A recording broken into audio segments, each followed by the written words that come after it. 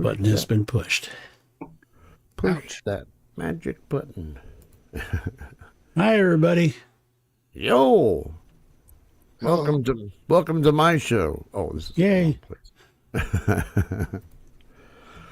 Welcome to BabbleGab, according to YouTube. Yeah. How y'all doing? I guess You so. got 2 feet and 2 arms. I guess that's good.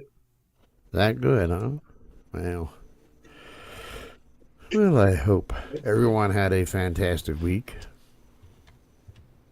Yeah, it was a week. It was fun. Oh, my subconscious is talking again. So, And sometimes she's conscious and sometimes she's conscious. conscious, yeah. My subconscious, yeah, or subconscious. Yeah. I'm dead. Huh? Huh? All right. So, There we go. what is our topic for the evening? I'm just trying to fill in space, Okay. I was thinking about that. What? I didn't come up with a topic, but Oh, Good. thinking. I hate and topics. yeah.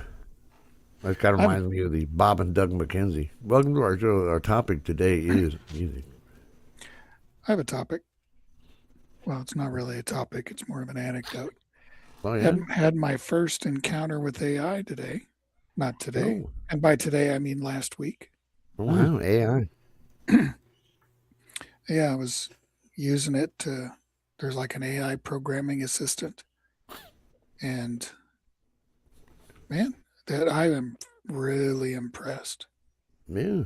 It had to do a bunch of really complicated stuff, and it dug into the code and figured things out that I didn't know. And it was all English. It was just me typing in, how about trying this? And it was, That's actually the best use for it. Yeah. yeah, I think really anything involving using a computer. So That's pretty good, though. I tried having it one time help me write a story, and it just took off and went a different direction. I had no idea what I'm. Yeah. I just found You got to ride herd on it. You can't just let it go. Yeah. right.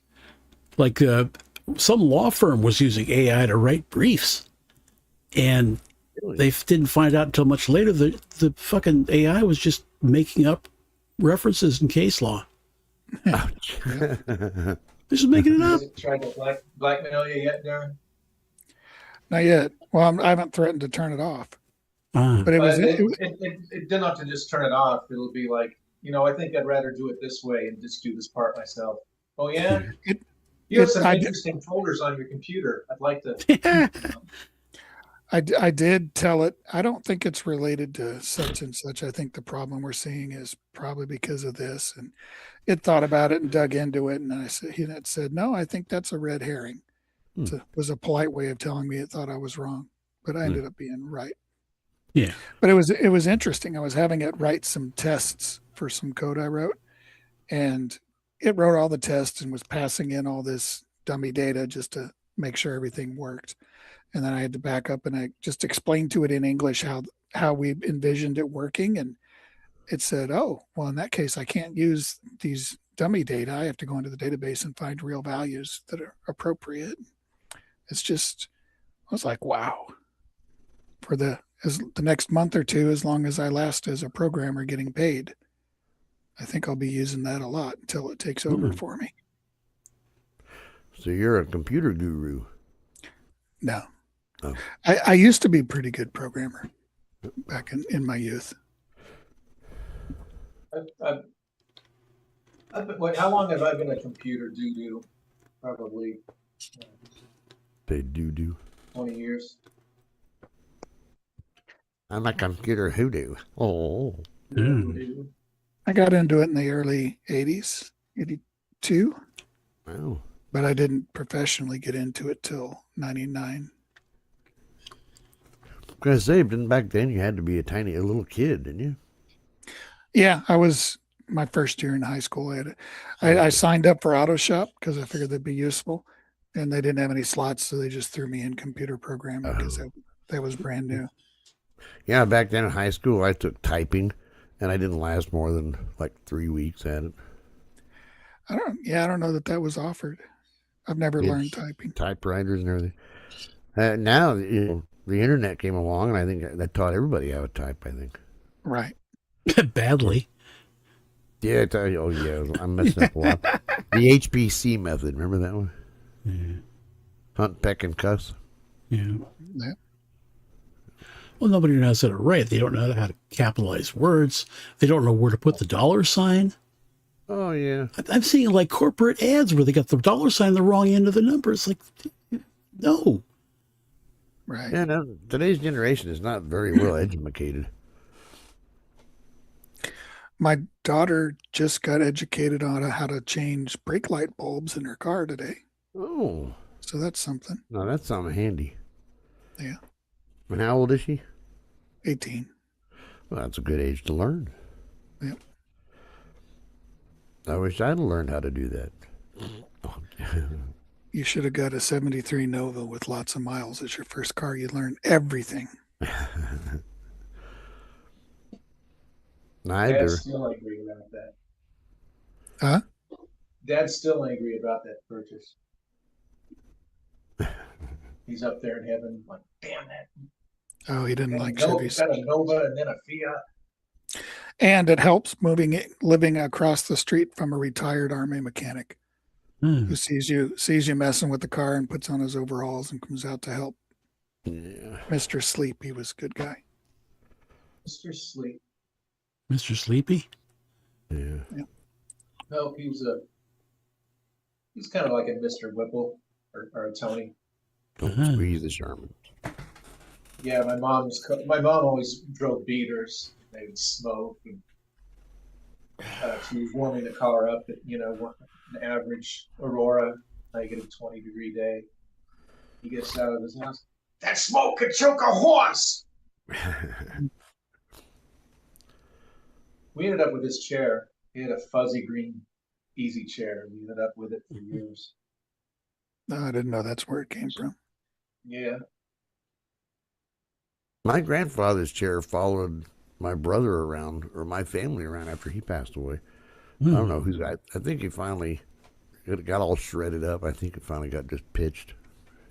I don't know what happened to Grandma's rocking chair that was Grandpa's mother's.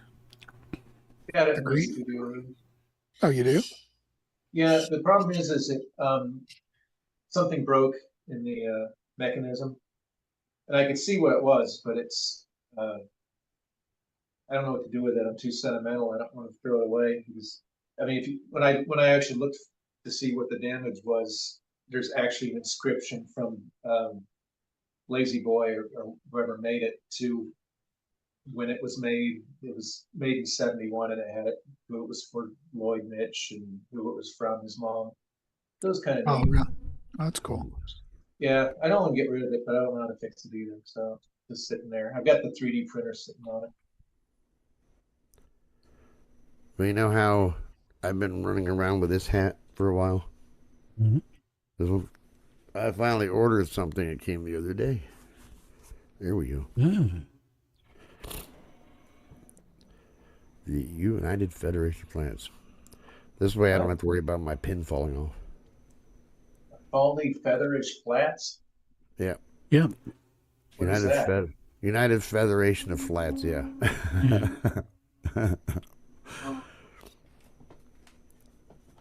So I don't As have my- my computer. Go ahead. As my proceed. grandson calls it, Star Crack. That's what my grandson calls it. Joey, he calls it Star Crack. It's hilarious. Star Crack. Star That's Crack, kinda yeah. funny. It is. So yeah, I took my computer. My computer's being repaired. That's one in here. My laptop. There's this Englishman who fixed my desktop a few years ago, and he comes over to the house and see that the laptop I dropped it a year or two ago, and it broke a little chip on the corner where the power cord comes in. It didn't give me a problems until a few weeks ago, and that started getting intermittent where you had to put the cord in just right for it to work. And I was like, well, after the trip's over, I'll give him a call and he'll come over and fix it. So I gave him a call and he came over and he took it. Like, I was kind of thinking he was going to fix it here, but then when I thought about it, no, he came over here with the desktop and took it with him too. So I didn't even think about that. So I didn't think about being without it because I had Wendy's supposed to join us, and I had some notes about our trip and stuff, and the pictures are all on there, so I won't be able to really share them, or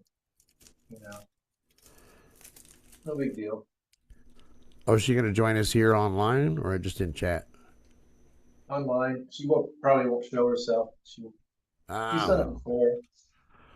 Oh, She do like Allie does, private. Yeah. Probably be sparing a lot of viewers if I did that. Yeah, I was thinking about that myself. Oh, yeah. I've got a song on the new album called Black Empty Square. Oh, that'd be cool. Yeah. Second. All of the songs are done now. The album is complete. It's just in QA stage and getting the cover art done. Mm-hmm. So that means I'll probably I want to submit it by the end of March, because it takes like 8 weeks to get out on everything. Well, that's cool. I think it's the best. Well, it is the best thing I've ever done.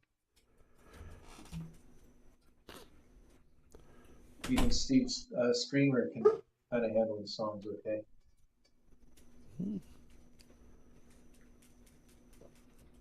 Sam. Yeah? Broadcaster Sam. Oh. Sam the Sham broadcaster. I still have Sam, but I don't have it installed. Sam the Sham broadcaster. I haven't. I just found Radio Boss to be better. So might be going to Tampa this weekend. Oh yeah. God. What's in Tampa? Darwin. He's the head of that festival that was in Spain. He's in Tampa now. Oh, okay. He's always somewhere. But he wants to talk to me about getting that film into Cannes. Nice. In May. He's got a lot of connections and different things. And he also said if I go to his fest in New York in June, that he'll play the film. So nice. It's kind of I guess it's kind of a hassle, but this is what I've wanted all my life. I wanted somebody that believed in this stuff that could maybe help. So I finally found someone. So if that means doing a trip here and a trip there, do it again, Well, good luck. Hope that all pans out. Yeah. Maybe you live near Tampa, don't you? Yeah, I just live across the bay, 15, 20 minutes. If I do the trip, maybe Do. Maybe Tony will lend you his car. You want to go to Tampa, Darren? What's that? Potentially, like a one-day thing. Yeah, I mean, honestly, I'll probably spend 3 or 4 hours there and then head back. Yeah. Assuming I can get somebody to just let the dogs out. Yeah. Feed them and let them out. That would be just like a one-time thing. Any news on anybody coming to the MegaCon, March 21st? I do not believe I will be doing it this time. Bummer. But we will. I'm sure we'll go to the ones in September. That's the Tampa Comic-Con? That and Fanboy in Orlando. Well, I never been to a Fanboy. I wonder what that's all That about. was the good one. That's the one that had Vicki Lawrence and Barbara Eden and Joyce DeWitt and all those people. Oh, They're yeah. the ones that had Lee Majors last time and Patrick Duffy, the Dallas reunion. Lindsay Wagner, she wasn't there? Yeah, she was there next to Lee Majors at like. Oh. I didn't talk to her. I should have. That's in September? I think that was in September, yeah. No, I'll have to check that, but that'd be kind of fun. We had Weird Al there last week. Got to meet Weird Al. Who? Weird Al Yankovic. Who? Weird Al Yankovic. Weird Al. Weird Al. And then you mentioned something. You talked to him to me? Weird You Al. know? You said something about the hardware store. Yeah, because he Oh. was behind a curtain. He was set up different than everybody else, so we met him behind the curtain. Was A it Oh, like a Catholic privacy. priest? Yeah. little like confession, yeah. And Wendy confessed that her favorite Weird Al song was Albuquerque, Ah. and I confessed that my favorite was Hardware Store. And he Oh, seemed yeah. impressed by both of us because I think they were both like his songs. So he said, "Yeah, I love Hardware Store, but I can't do that one line. There's so much going on." And that's when she said, I think she said, "How many talking alligators have you met?" You know, she's talking about my costume. He's like, "Less than 10. No, wait, fewer than 10." Yeah, there's that word again. Hey, YouTube police. He just says sup. I don't know if he means it's supper time or we should be having soup. Oh, hey, YouTube police. Hey. I'm not on an airplane this time. My laptop is in the shop. The hangar. I am behind the Uh-oh. kit. The apology drum kit. This is my band. Uh-oh. What happened? I don't know. Why are you saying uh-oh? Because it looks like you got caught in a tornado. Oh, that's beside it. I was just taking the phone off the tripod.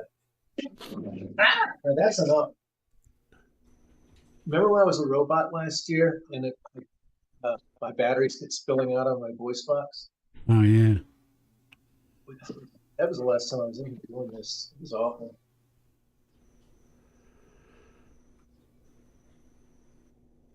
Now, I understand YouTube police. It's just, it's usually the word sup is usually followed by either bitches or the N word. If you don't mind, if somebody says something in chat, can at least one of you say what's being said? Because I don't have, all I've got is this phone in here. I don't have any computer. I can't see what's going on. And where's Goat's Cop? Is he still at the airport? Yeah. Selfish bastard. Oh, wow. He's still alive. Looking at the Fanboy Expo is August 28th to the 30th. About the same time as Dragon Con, Labor Day weekend, maybe? Might be. I don't know. Have you done Dragon Con, Steve? No. They have, here they got, oh, you might want to go, Timmy. They got Heather Locklear going to be there. I've already met her. Oh. How about Heather Delta. Thomas? Back when she was like 25. Delta Burke. Randy Quaid. I don't know him. You know Nick Swardson? I don't know him. Alan Covert. I've seen him in some movies. He's in a lot of Adam Sandler movies. Joel David Moore. Ian Bowen, Denham Richards. Jen Landon. Whoever that is. Boy, I am sure out of touch with pop culture. I don't recognize one of those names except Randy Quaid. I was surprised. Jim J. Bullock? I haven't heard that name in years. Yeah, I thought I thought he got AIDS and kicked the bucket. That's what I thought, Sandra too. Bullock's toy poodle. Yeah, really. Sandra Bullock. Okay, I'll read this to you because normally the context should be enough, but the YouTube police asked if I have a Duesenberg behind me. Now that is a Bentley. Probably from around 1930. Oh, is that the kind your boss had? Is that the model your boss had that you said that No, you were listening to Zeppelin? No, he's not that rich. That car there is in the millions now. It's nice. Peter Criss is going to be there. That's the last one, anyway. Yeah, Gene Simmons was at the last one. Oh, Yes, they were. YouTube police. Duesenbergs were made in Indiana. I don't know that I would like Gene Simmons. He just looks like a badass. A badass, not fat ass. Who, Peter Criss? No, Gene Simmons. He just looks like he gets pissed off too easy. I do think it was funny when he was at the Golden Globes, not the Golden Globes, but the Kennedy Center things last year, and somebody tried to kind of a reporter tried to get his political, thing, Wow. and he's just like, back in my day, we had, curtains. We went behind the curtain and we voted. Behind the curtains, nobody's business. I stick my tongue out for a living. What the hell do you want my opinion for? And now you're like trying to step on my dick. It's funny, I stick my tongue out for a living. Stick my tongue out. I just thought that was birth cancer. And then everybody, like the media was like, "Oh, he was so mean and disrespectful to that reporter." I didn't think so. I don't know that that's not what reporters deserve, isn't it? Pretty much.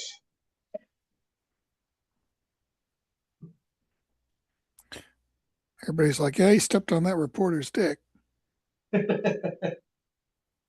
got to say it like Meat from Porky's. Step on that reporter's dick. Boy, he was a treasure, that guy. Yeah.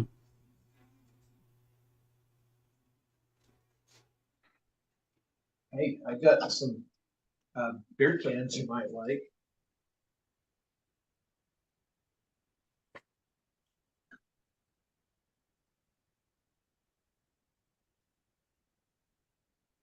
Ready?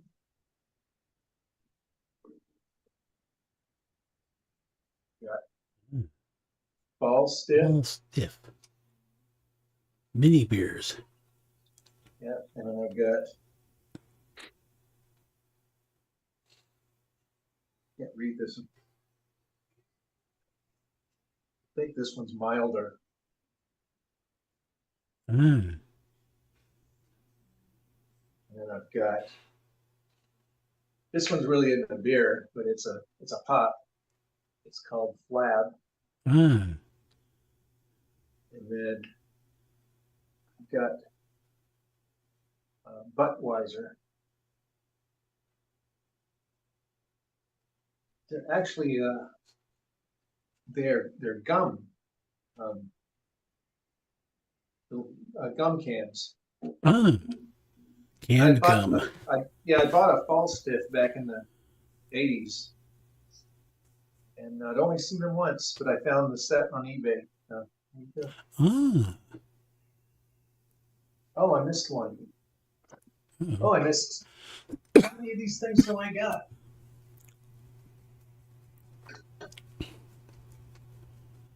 Oh. Okay, what do we got here? Got I don't know. Lowbrow, Ah. and then I've got Bushy, Nice. and then the last one is Piccolo. Those aren't pickles. Funny, I haven't gotten those out in a long time. It's not like something I just do. When we get the little mini beer gums out. All justice. Either somebody ate all the gum balls or they evaporated. But you don't want 50-year-old gum. Does sugar really get old? I guess it kind of The does. gum does. Eventually just gets smaller and smaller. Those gone. So I bought a whole bunch of junk food in Spain last week. It was like the last thing I did there. I went to what do they call it? A bordello, bodega, whatever. I just bought A all bordello. sorts Yeah, of you junk- went to a bordello. Yeah, I bought all sorts of junk food, bags and bags of it. Just because I wanted to bring home junk food that wasn't full of as much poison as they put in our junk food here. So that was my goal. Did Wendy eat any of it? Maybe that's what made you sick. No, I didn't open any of that until I got home. Ah. That was like the last thing we did. stopped at that place. There wasn't time to eat anything. And I think we got on the airplane. I don't know if a stomach flu, if that's something you get in the air or if it has to be a food poison. Because on the big trip, we did have like prepared meals, but she had the beef and I had the chicken. She's like, well, that can't be the case because we had two different foods. I'm like, yeah, but they might have had the same nasty hands on preparing them. And YouTube police was saying that the news isn't what it used to be.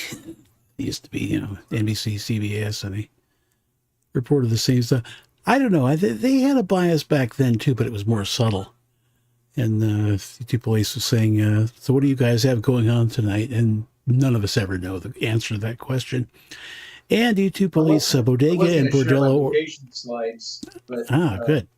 But my computer's in the hospital, so. He also says Bodega and Bordello are two completely different. Or somebody to share pictures. Brian, maybe my mic doesn't work. I don't know. But and he's saying Bodega and Bordello are two completely different things. Well, you got to understand when you're around us, it's just we end up calling things all kinds of stuff. It's part of the fun of being in BabbleGab. Yeah.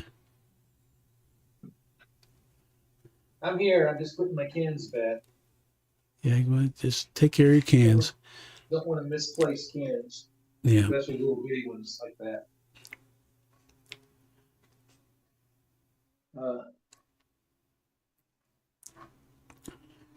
Speaking of cans. Uh-oh. Sir. Oh, I don't have anything. We were just speaking of cans.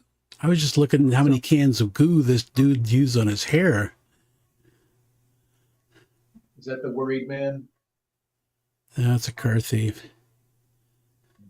Well, he should be worried. He's a car thief. They had the district attorney in Colorado before I left. They were having huge amounts of cars getting stolen, and they were just letting the car thieves go. And so they finally cornered him, and he said, well, yeah, okay. So yeah, if somebody steals more than like 5 cars within a few month period, then maybe they should probably get some jail time. Yeah. What always surprised me is how many car thefts there were in Hawaii. You're on an island. It about 250 miles in circumference. If you drive around the whole island, it's about 250 miles. What do you do with a stolen car? Just drive it and say, "Oh, hey, that's my car. I don't care." Drive it the other direction. I guess. But evidently, you drive it to where Tony used to live because nobody will find it, right? They all eventually get crushed by a smoke monster anyway. Yeah. So this is my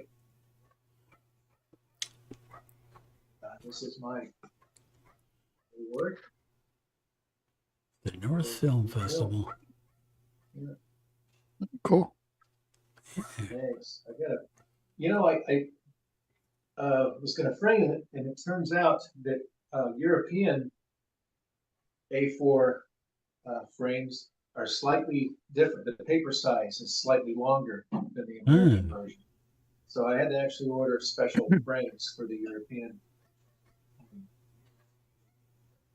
stuff. So I got that. That's because they got the metric system. They wouldn't know what the hell a quarter pounder with cheese is. Yeah. I think they call it Royale with cheese there. Yeah. Royale with cheese. Where was that Royale with cheese? Was that Paris? No, it was Amsterdam. Amsterdam. The Amsterdam. No, he might have been talking about France. France. It's all the same state. Yeah.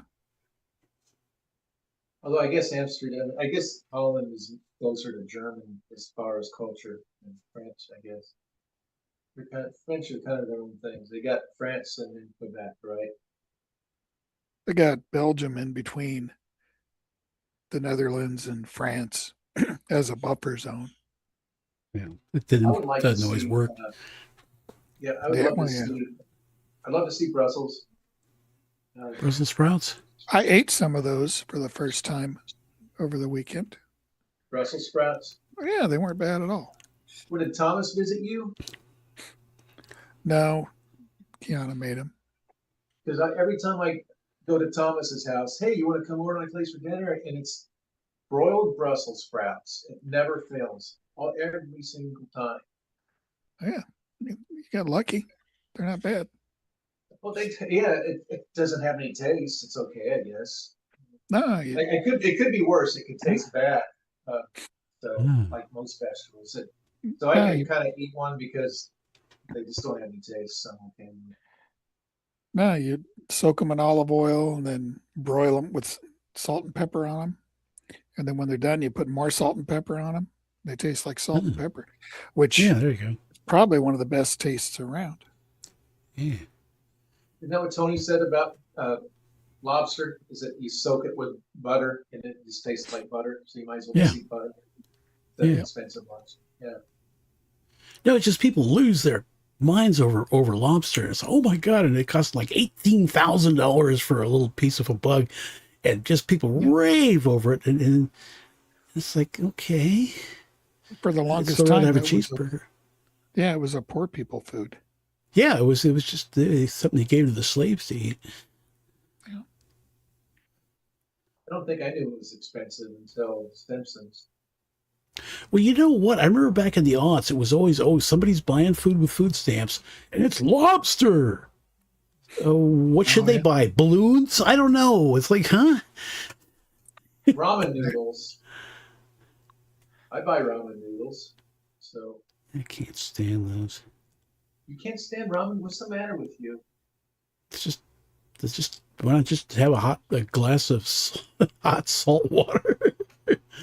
Well, you put stuff in and throw a few worms in put it. chicken in mine, and you got to get the chili kind. You get the hot ones. Yeah, but no, I don't prepare stuff. I just put stuff in the microwave and done. If it takes more involved than that, I'm not into it. Well, no wonder your ramen tastes nasty. You put it in the microwave. Well, you get the ramen. I don't put it anywhere. And all you do is put some water in and nuke it. Yeah. Really? Just pour water into the bag. That's another dish that you got to get out and then wash afterward, and then you put something on the stove to boil, and you can't stand there watching it because then it'll never boil, and you can't leave it alone because then it'll boil over, and then look at this guy stole this thing. Twirl around and practice your moves. Yeah. It's when you water the birds and feed them. Oh, there you go. They've been getting carrots and celery. Bonus vegetables. Lately, they love it. Where is the YouTube police wants to know if we want any Carolina Reapers. He's going to grow some. I wouldn't know what that was. I'll watch somebody eat them, but I don't. I like spicy, but not beyond the flavorful spicy. I don't like. I'm not trying to. I thought you said he said reefers. Yeah. Okay. Can somebody else read the chat then? Since the way I do it is not satisfactory. I don't have YouTube open.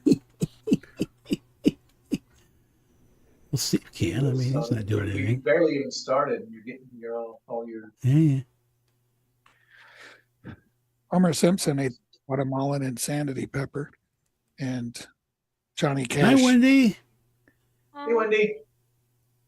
Hey, Wendy. Hey, how are you?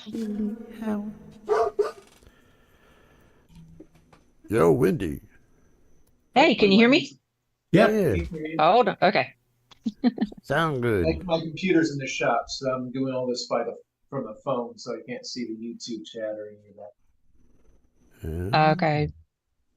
Yeah, I'm on my phone and using my earbuds. So. Well, you remember how my laptop, how I'd have to have that power cable inserted just right, or it wouldn't charge.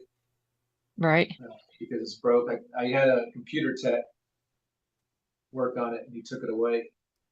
So I didn't think about that because he makes house calls, and that's all I thought about. This whole maybe he'll come over and he'll fix it, and then and then he took it with him, and I'm like, oh, I forgot about that. He did take the last computer with him. I didn't think about BabbleGab, or I would have done it a different day.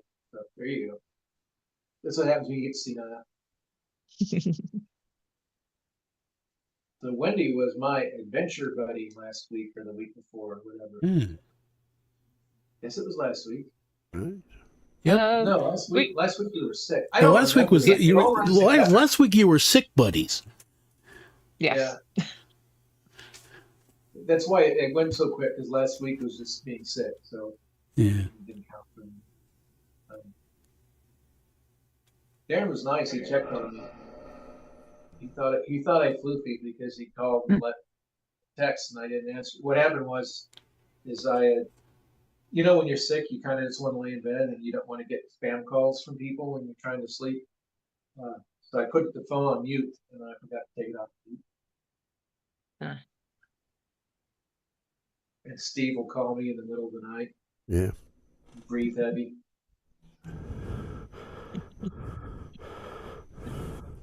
Yeah, just like that. I was practicing. I was reading my script. I missed the line. Wait a minute. Okay. Sure. And YouTube Police says Carolina Reaper is up to 2.2 million Scovilles now, which is apparently really good for if your name is Scoville. Sound like a BTU or something? Yeah. Cool. Do you have to grow those in Carolina, or can you grow them? Apparently, yeah. I don't know if it only North or only South Carolina, or if you're like the Panthers and you don't know what state you're actually in.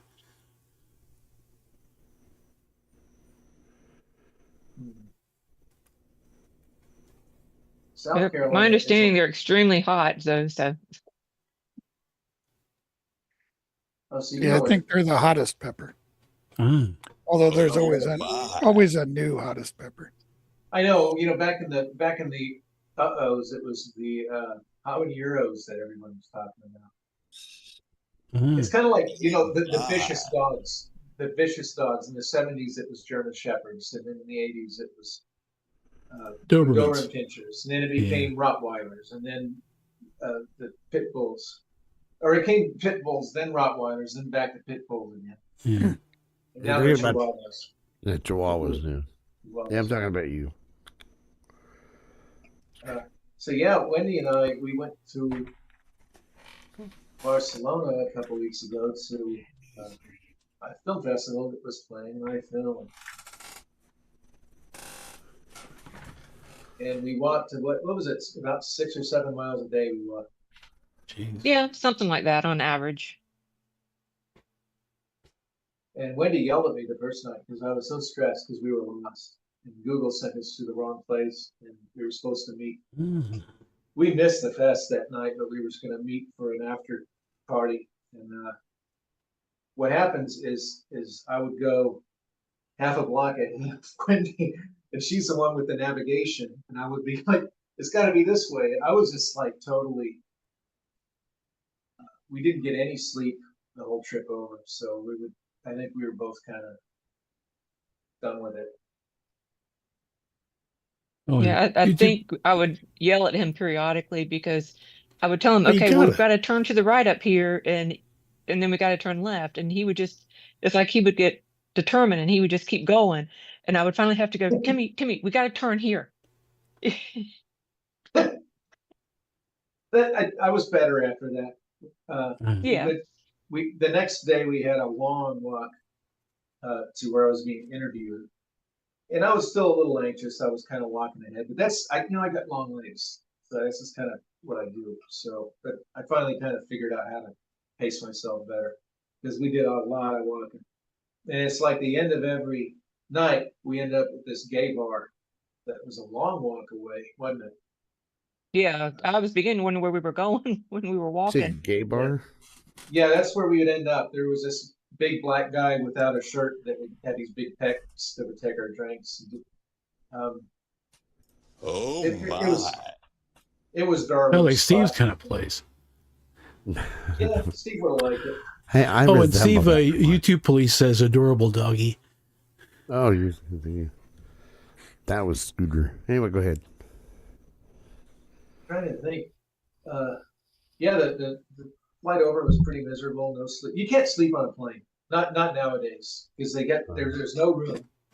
Yeah. And I was like, I took the tray table out and I put like my pillow on the tray table and I was like this and like this. They all smudge you in there like a sardine. Yeah, it was bad. And no sleep. And then We barely made our flight in Munich. yeah, barely. Because they kept us on the plane because they said the bridgeway was broke. So we had to stay on the plane like 20 minutes and our connection was already a real tight fit. And we almost didn't make it. And then we finally, and our terminal is K, but you just see a K here, but it doesn't tell you anything. And it turns out K, to get there, you have to take the subway, but they didn't say that. They didn't have like a picture of a subway with an arrow and 2K, it's like, and we finally got to the gate after the long, slow customs line. And then the guy's like, "Are you from Washington, D.C.?" And I'm like, "Yeah." And he's like, "Yeah, okay." We're like, "Go that way." And we're like, "Do we turn?" He's like, "Yeah, just go that way. Off you go." Now, when you were on the plane, did you get a window seat and get to see any creatures on the wing or anything? Wendy got the window seat on the way over, No. but we paid extra to get these seats that were at the very back of the plane next to the bathroom, and there was 2 seats together, and there was a vent by the window, so there wasn't a third seat there by the window. So I don't know if Wendy saw any monsters, gremlins. Oh yeah, all kinds of things hanging out on the wing of those planes. Yeah, and YouTube police, yeah, that's a Chihuahua. Yeah. Oh yeah, Chihuahua. And I got a little chocolate bar they gave me in the German plane instead of a cracker. So I put it in my pouch, my wallet pouch with the passport in it. And so we had a good time with the festivals and stuff, with the movies. And then that Saturday, we decided to do an excursion and take a train to France. Oh, wow. Yeah, but the train thing didn't work. It turns out you really got to book the day in advance when you see the stuff on the sites. You got to get it in because we tried to go to the train station. No luck. So we went to the bus station and we did find a bus. So we took a bus there and this is might strike you as weird, Wendy. It's actually that day's a good memory to me, even the horrible transit station. I actually kind of like that building now. It was just, when we got there, it was like a shopping mall, bus, and train station all in one. And only one level of the mall worked. None of the others worked. And we kept going up, down these elevators, and it was just different color parking garages. And there was no bathrooms at all. And I was losing my mind. And we went out into this town, and it was like a ghost town. It was like Twilight Zone. It was like empty, except for like there was an abandoned building and a guy was peeing in it, which was looking tempting at that time. I didn't have to go bad, but I had to go enough where I'm like, I wouldn't make the return trip without having to go first. So there were people in the little grocery store. So yeah, we went to the grocery store. Of course, there's no bathroom in the grocery store, and everybody there is standing in line, and none of them have eyeballs. They're like the Walmart employees. And we just walked. I walked, and then we went to the other side of the bus station, which was a much more quaint, kind of touristy looking street with the palm trees. It was pretty, and the shops, and that was all Muslim. Everybody, that side of the train station.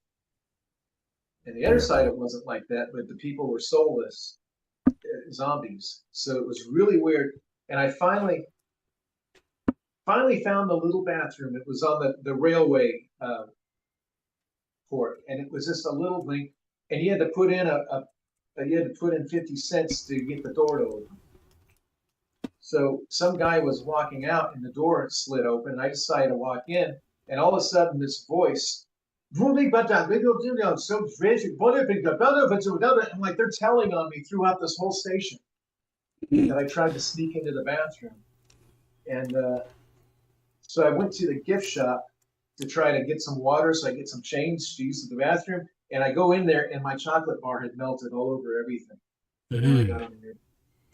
So it wasn't a great time. I eventually did get a coin, and Wendy and I figured out that that alarm voice was just a page having to do with the train time or something. Yeah. So it was a weird time, but it was a pretty train station, lots of different colors, and my memory of it's a lot better than it was. I was just really stressed because when we were about to leave, I was really stressed. What if our bus doesn't come? You know, we're getting stuck here. We got to leave in the morning. You know, but yeah, it all worked out, and I'm glad we did it because we really did it for just the scenery of the trip and just to say we went to France. We got both the scenery was beautiful. Yeah, it was definitely beautiful scenery. Went through the mountains, saw snow on tops of mountains. It was It beautiful. was really pretty. Yeah, it was beautiful. Landscape was just really neat. But the whole trip was really neat there. They got a And bus line. while They got do what? I was gonna say, and while I was waiting, while you went to the restroom, I got to listen to a French woman scream, and I guess it was her husband. Yeah, she had a pet cat on a leash, which should It's hard to say do. something. Yeah, but yeah, it was. YouTube police was asking what country. You're still talking about Germany, right? The stopover. No, sir. We were in Spain, in Barcelona, for the festival, and we took a train to France on Saturday. Ah, okay. To yeah, I was still in Germany, so I didn't realize you. Oh, Germany was like 5 minutes. That was like our actual stop in Germany was quicker than my story that I just said. But Perpignan, Perpignan or Parpignan or something like that. Yeah, it's spelled Parpignan. Is how it's spelled. But yeah, that was a neat excursion. There were if we'd have stayed local that day, there was some sights that we could have seen. There was a real pretty cathedral, and there was like a little bridge between the alleys that she wanted to see. And there was some place that had gold horses. I don't know if it's a fountain or in front of a building. Our friend, we met a friend, a black lady there that took some pictures of that. But I like our decision was good. No regrets. But yeah, we watched some movies. One that I want to show Darren, I think he'd like. It's about like a genius guy. And we kind of became friends, the producer, the director of that one. And there was another movie, it was a feature film that was French, and it was all subtitles, and it was about this boy and a girl. The boy must have been like 13 or 14, and he had a younger girl. Well, all of a sudden their mom didn't come home. So they're just he won't tell anybody. The time goes on, it becomes weeks, and he won't tell anybody because I guess he's adopted and he doesn't want to go back to like a boys' home. So he's being secret, and then all of a sudden he's becoming malnourished because they're just eating junk food. And eventually they run out of food. He's starting to try to shoplift, and it's really is a very well done movie. That one, the one I told you about, The Color of Everything, that's with the genius guy, and my movie, they were the all three that got honorable mentions. I thought they were the best ones. The one that won Best Feature, it was based off of a play. You know, it was just a play made into a movie, and they had a Tony Award-winning actor doing it. So it was like, I guess there's no way to cheat. I mean, but it's just like you got a no budget movie like mine against movies with generous budgets and crews and things like that. So it's kind of they had a category for short animations. They didn't have one for feature animation, so that's why. So I had to compete against these live action movies, which happens a lot. But yeah, he's going to try to get into Cannes. And he said if I go to New York, he'll play it there this June. So I was telling them, Wendy, before we got on here, it's like, so I think I am going to try to go to Tampa this weekend. Just spend a couple hours there, a few hours. but it's like it's kind of a hassle. But it's like I wanted this. This is what I've wanted. I wanted a connection that believed in me. You know, Yeah. that yeah, I've wanted that all my life, and finally I got one. So it means having to do a couple trips I normally wouldn't do, or do some stuff like that. I think it would be worth it, right? Yeah, he was very excited about your film. So he's, Oh yeah, you know, he's real excited about it. He said one of the judges, like the jury or whatever, that were screening the films, they said you need to watch this. Mm. So, All right, YouTube police, thanks for dropping by. yeah, yeah. Thanks for dropping by.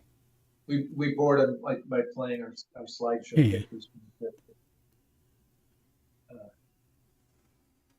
Well, we were going to do that last week, and then last week we were sick. So Yeah. and I still have some pictures I need to post. Oh, really? Yeah. And Winnie had got a real pretty dress for the photos. And I don't think I had said that, Wendy, until I looked at the photos. I'm so oblivious. I'm still into the, you know, what the hell am I going to do next kind of thing. Yeah, it looks great. Well, thank you. I wanted to get something kind of a little bit nicer for the awards. Seems like your mom and Claudine loved that picture, that one of the three of us. I think. Yeah. Mom was like, finally, I get to see a picture of you in the dress. They didn't show the shoes, though, I don't think. I don't think so. I think in one of them they might have, but I think by the time the other ones were done, the other pictures were taken, I had changed my shoes, put on my sandals. So I had my sandals and toe socks on we did the formal dress. Darn, you said I looked great, so darn. yeah. Not to be confused with darn. Oh. And I finally got his name for I was thinking, yeah, Dante. I mean, what was the other name I was calling him? Trying to remember, it was everything but I Darwin. was like Damien, Dante. Finally got the Darwin.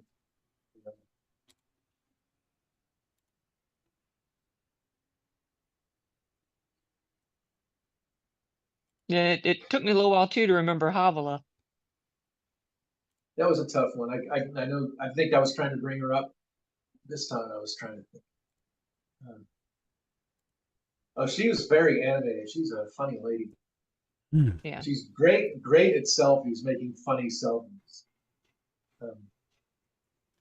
She's the one that took that picture of us from up on the balcony. And she filmed us all doing a toast. She's good at that stuff. And she got the Best Actress award. Yes. Mm. I feel bad missing her movie. We saw that we went to the Sagrada Familia Church, the cathedral, and we had like a tour blocked out, and we even took a taxi back. We didn't walk back. By the time we got back, we'd already like missed the first block of shows, and came back, and they were showing at least one or two short films that were pretty tedious. They were tough to watch, at least to me. Yeah, the one that did not have subtitles that had the little miniatures. Still really don't know what that one was about. Yeah, that could have been on anything. They were like, it was kind of darkly lit, and then there was like, we took much of it. And they'd had like little figures, like model figures, like HO scale trains with the people and the cars and things. They were like 50s, 1950s. And then they'd show real people. Mm. They'd show a guy behind the wheel with his central, and at the end of there were no subtitles. The subtitles was a requirement. And so it was just, I didn't know what the hell was going on. There was no action. It was all dialogue. And at the end, Wendy says, I think it was about a detective reenacting a murder. I'm like, really? I thought he was playing with voodoo dolls and causing people. I just had no idea what was going on. It's like, if you're not going to have subtitles, you need to have some action and make the movie self-explanatory. But, oh well. And then, yeah. It was like one The of one those. film that didn't have any dialogue at all, but it was the woman starts out in the water and then she eventually gets out of the water and then she's just walking around the forest. But there's like no dialogue at all. Yeah, at least there was music. Yeah. It started out with this woman, and she's underwater doing all this stuff, way underwater, with no tanks and no snorkel. She's just way down there doing stuff, and it's very what do you call it, abstract. And that guy that made that movie, I think he was disappointed. There weren't a lot of people there when our movie showed. Yeah. Maybe 20 people at the most. And they were enthusiastic. They loved it, but there was hardly any. But it's kind of disappointing because there were several people that were there seeing their movie, and then as soon as they were gone, they left as soon as their movie was over. And there was a pretty young lady in the front row, and she was just giddy. She was just full of questions about the film, and she says, "At first, I didn't know what I was watching, what to expect, and it just went so fast," and she just loved it. That's the kind of thing I like to hear, because I guess I've got an art style that's uncommon. It's pretty original, and people don't know what to think about it. That I've got a set of characters that are strangers, and you got to get to like the strangers. You know what I mean? So that's an important thing to do. So hook them pretty quick.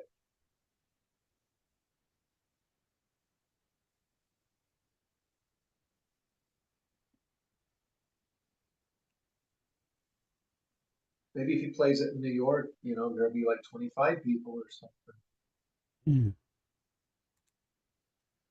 But I felt bad. I wanted to see every movie there. I wanted to support everybody. But we did what we could. There was one time we hadn't eaten for over 24 hours. It was like the second day. It was the day they played my film, I think, and we had to take just a break and get a bite.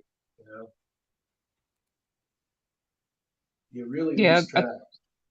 Yeah, we ended up at that one restaurant twice that was right there by the hotel, simply because we knew it was there and the food was good because we had the pizza the one night and we got different things the next time we were there.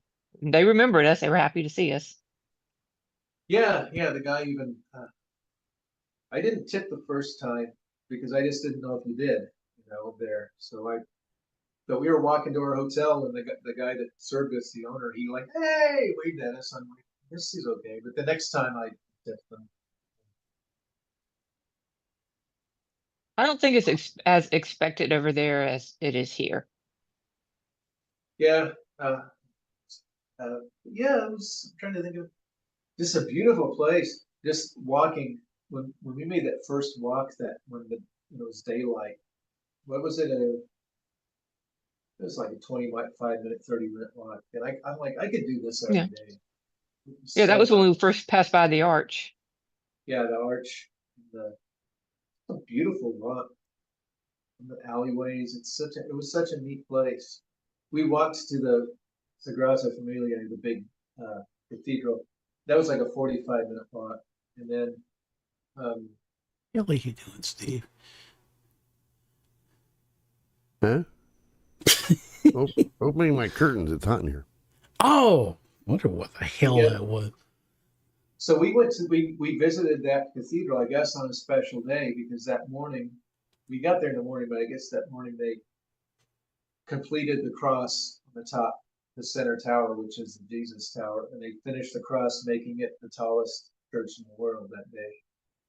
So that was pretty neat. Boy, when we walked inside, I didn't know what to expect, but it almost got choked up. Just takes the breath out of you. I took video of it and some pictures, but nothing gives it justice,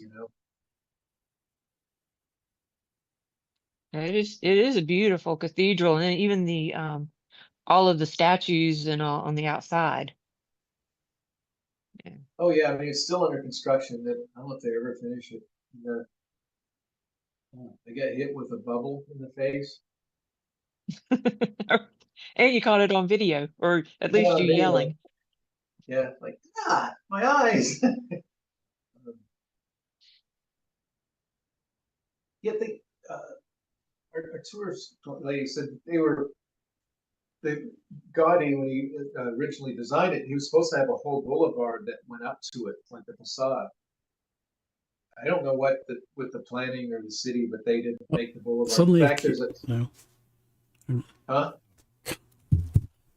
There's they made an apartment building right next to the church, and that apartment building's not supposed to be there because there's supposed to be an entrance that comes out. So they're still trying to get the people to move out of there. And there was supposed to be a platform because everything it's like the east facade of the church is the Nativity, the west is the Passion. It's all blocked out, but there was this thing where people walk up to it, and underneath it is supposed to be traffic, the tunnel, and that's supposed to be hell. So when people are actually, you drive it and then all these, you see all the devils and everything else. That would have been interesting. But she said the Vatican recently, it must have been the last Pope, was it Francis? He said that they decided there's no hell. They weren't sure what to do with that. I've never heard that before. Yeah, I think that guy's an atheist. Oh, that last Pope was an atheist, I think. Yeah. Yeah. So I don't know about the new one, but what a weird thing to say, considering that the Bible talks about hell many times. It's like, okay. See, I did a Google search about that, and I can't find anything about the Catholic Church saying there's no hell. So I don't know. I think he suppose that woman Spanish. wasn't even with the tour group. She just stole a bunch of microphones. No, I don't think so. Yeah. Yeah, you saw it from the taxi. Wendy saw the other cool cathedral. Remember that? Yeah. I saw it at a glimpse of my eye when we were, but that's another place that would have been neat to see, but just didn't have the time. But once you see the one we went to, that was kind of the grand finale. That's basically what the whole city's known for. That and Nancy Kerrigan, hitting Tanya Harding and then vice versa. Mm. Of course, that's unfair. They were Americans, so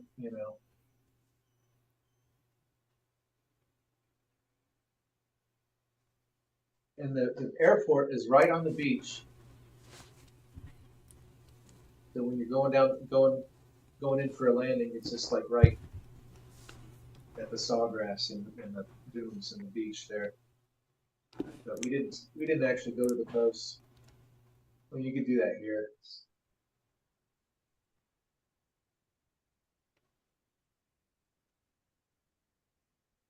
Also, we didn't have a lot of time. Didn't have any time. I mean, it's like we'd go to bed at 2 or 3 in the morning and have to get up at 6 or 7. Very little sleep.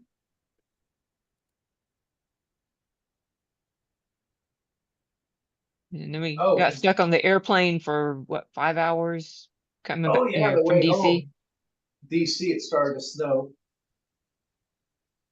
and we were stuck on the plane on the tarmac for 5.5 hours.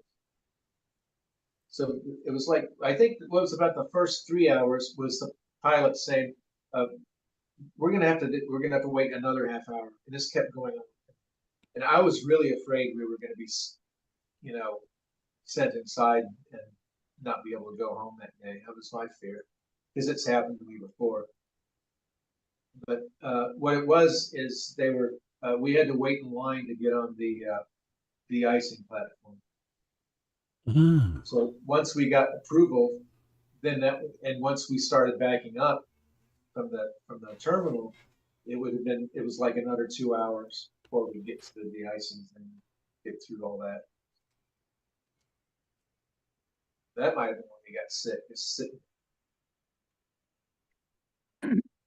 And in the Spanish TSA are dumb the way they got it set up, because here you got the mean people and they tell you up front, take that out of your bag and put that in the tray separate and all this stuff, right?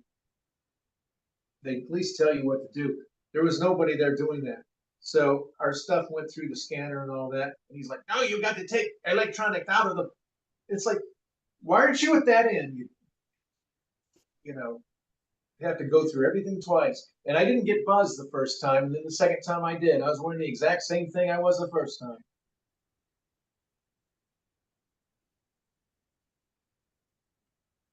And then I bought a cookie there. It was terrible. Mm-hmm. I gave it to the dogs when I got home, and they were like, this is terrible. They didn't even want it. They had good coffee there, though. Didn't have a coffee at the airport. I didn't know, Jay. I have been going through my junk food that I bought. Bought a lot of junk food there because I wanted to have junk food that wasn't as poison as our junk food. I've been enjoying that. Although the like the cookies and the things I bought, they're kind of bland. So I'm having to put like real lime on them. Those apricot cakes are real good. I need to eat those when they disappear. Yeah. Where is everybody? I haven't heard from Steve in like. I'm just listening. Is Darren still there? I can't see anybody. You never found that setting to hit the view? No, sir. I never found a view button. Oh. And then by that time, I was kind of afraid to start tinkering with stuff. Oh. Mm-hmm. Anyway, that's all I can think about. It was a fun trip. It was good. Well, It was nice winning a little award. Because I was in 25 film festivals, and they're the only ones that invited me for anything. I'd love to travel abroad someday. Yeah. Where to? Just some broad.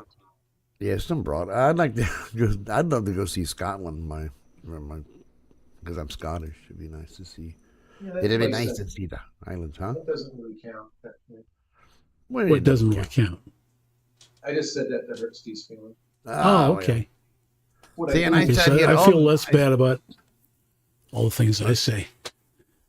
I sat here the whole time and praising you and hoping you enjoy your trip, and then you have to go and insult my Scotland. Well, I hope the haggis burns your wee wiener. Oh, that's Sorry. a terrible thing to say, Scotty. That'd be funny. I remember that episode when Scotty said that to the Klingon. That'd be funny if you said that to Kirk. Our haggis is in the fire for sure. No, I just think it would have been funny if he told Kirk, I hope the haggis burns your wiener off. I hope the haggis burns your wee wiener off, sir. I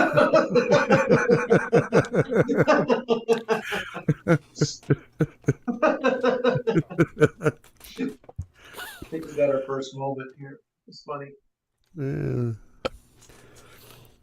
Wow. And I just spontaneously may come up with that line, too. Yeah. That's how this is supposed to work. Yeah, do you know anybody know what haggis really is? Yeah, you take you basically take the stomach and then you put everything you can think of in it. And then you roast the whole thing for like a day and a half or whatever. And that is just downright nasty is what it is. Give me a hamburger anytime. Huh? Apparently it's very good. Sheep are not meant to eat. Mm-hmm. I had heard that if you want great cuisine, that the UK really isn't the place. I prefer dirty deeds done with sheep. What'd you say about that?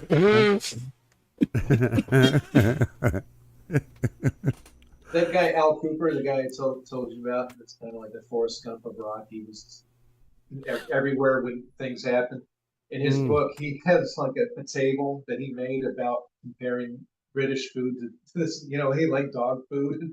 It was a funny kind of neither, but he didn't seem like he was happy with.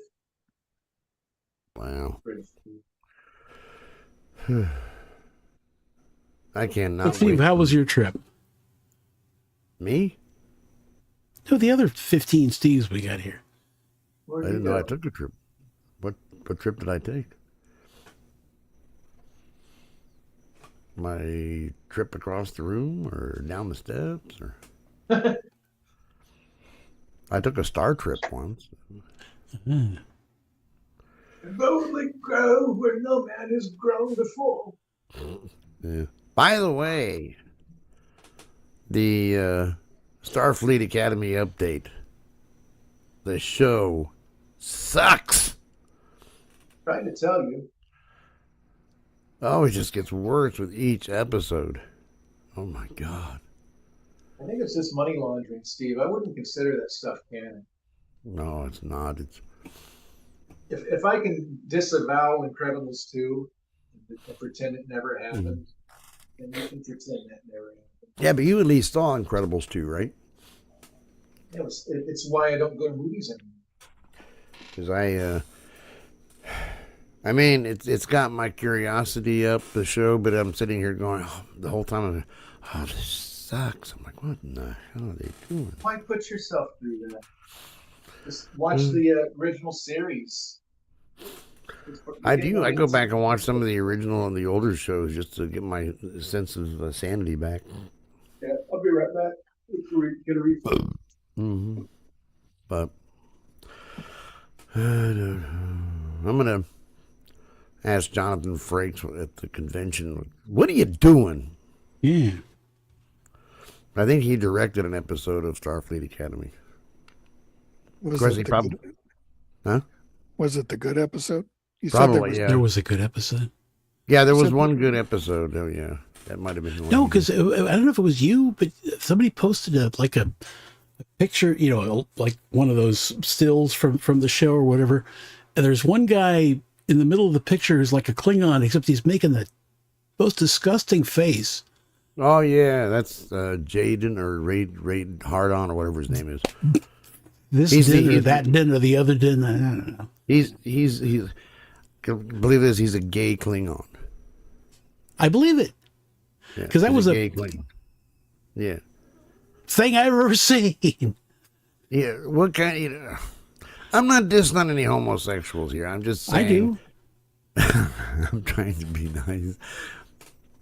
I don't, he is a homosexual. I just think, Klingons, they just, gay just doesn't go with them. There's, just. Maybe now Probably. a Ferengi, maybe. Yeah, I've heard the new show is pretty woke. Oh, it is. It's beyond. Oh my God, it's just. I made a comparison. It's like Saved by the Bell meets 90210. That's. meets Brokeback Mountain. Yeah. Oh, there you go. I like that. It's Brokeback Mountain. I mean, why do they got to?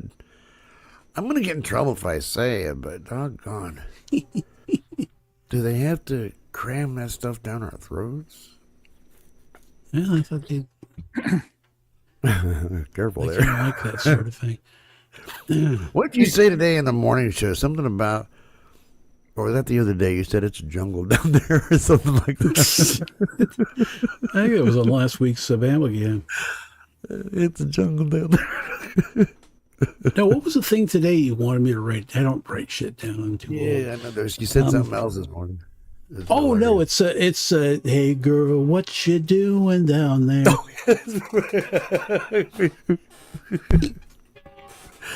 If he doesn't know what he's doing down there. And I heard that song 15 billion times. This is the first time I say, wait a second, that line could be taken a few different ways. I never made the connection either. Oh, that's what he means about twice on the pipe. Yeah.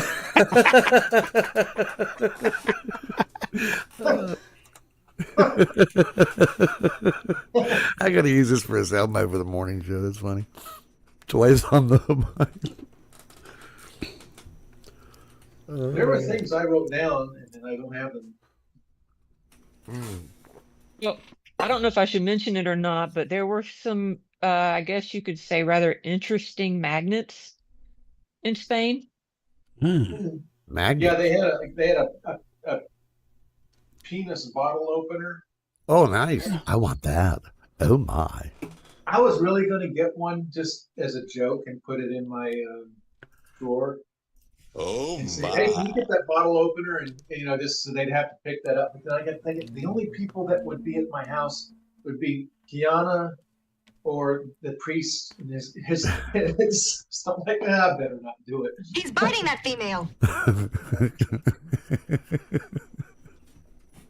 There was one. It was like a penis with a woman's hand around it. Ooh, how do you know it was a woman's hand? It had the nail. It looked like a woman's hand. You can tell. Well, it could have been Richard Simmons' hand too. Well, No, you can tell a man's hand that's got fingernail polish. Didn't they have a whole episode of Seinfeld about that? a hand around a penis. No. That was all the episodes. No, but Jerry or somebody was going out with some woman and she had man hands. Oh, right. And that's probably why he didn't like her, because man hands. You had to read between the lines. It was the man hand around the penis that he didn't really like. Yeah. That was just ruin the whole evening, bitch. I saw a woman in a drugstore once that had man feet. Man feet? Mm-hmm. Well, I got hobbit feet. But they were just so, it was so like, whoa. Yeah. Like pontoon boats. What you doing down there? It's a jungle down there.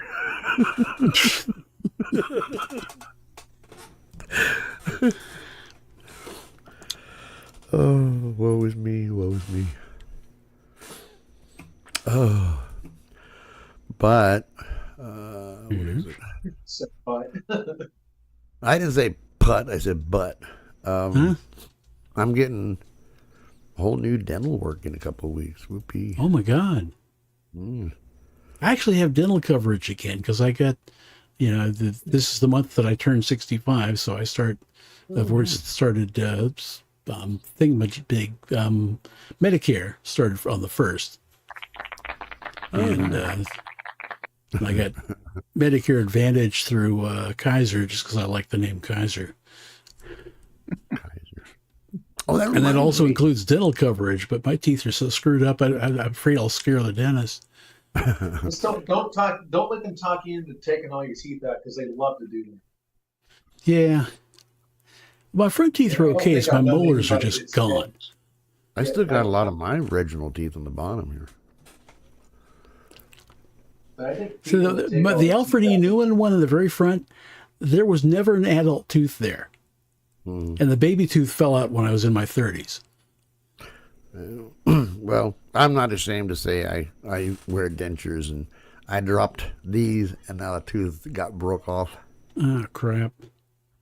So I'm getting replaced in a few weeks. Yay. Oh, they just got a whole new set, or? Yeah, I'm getting a whole new set, yeah. These are like 27 years old. Not bad. Was that Darren?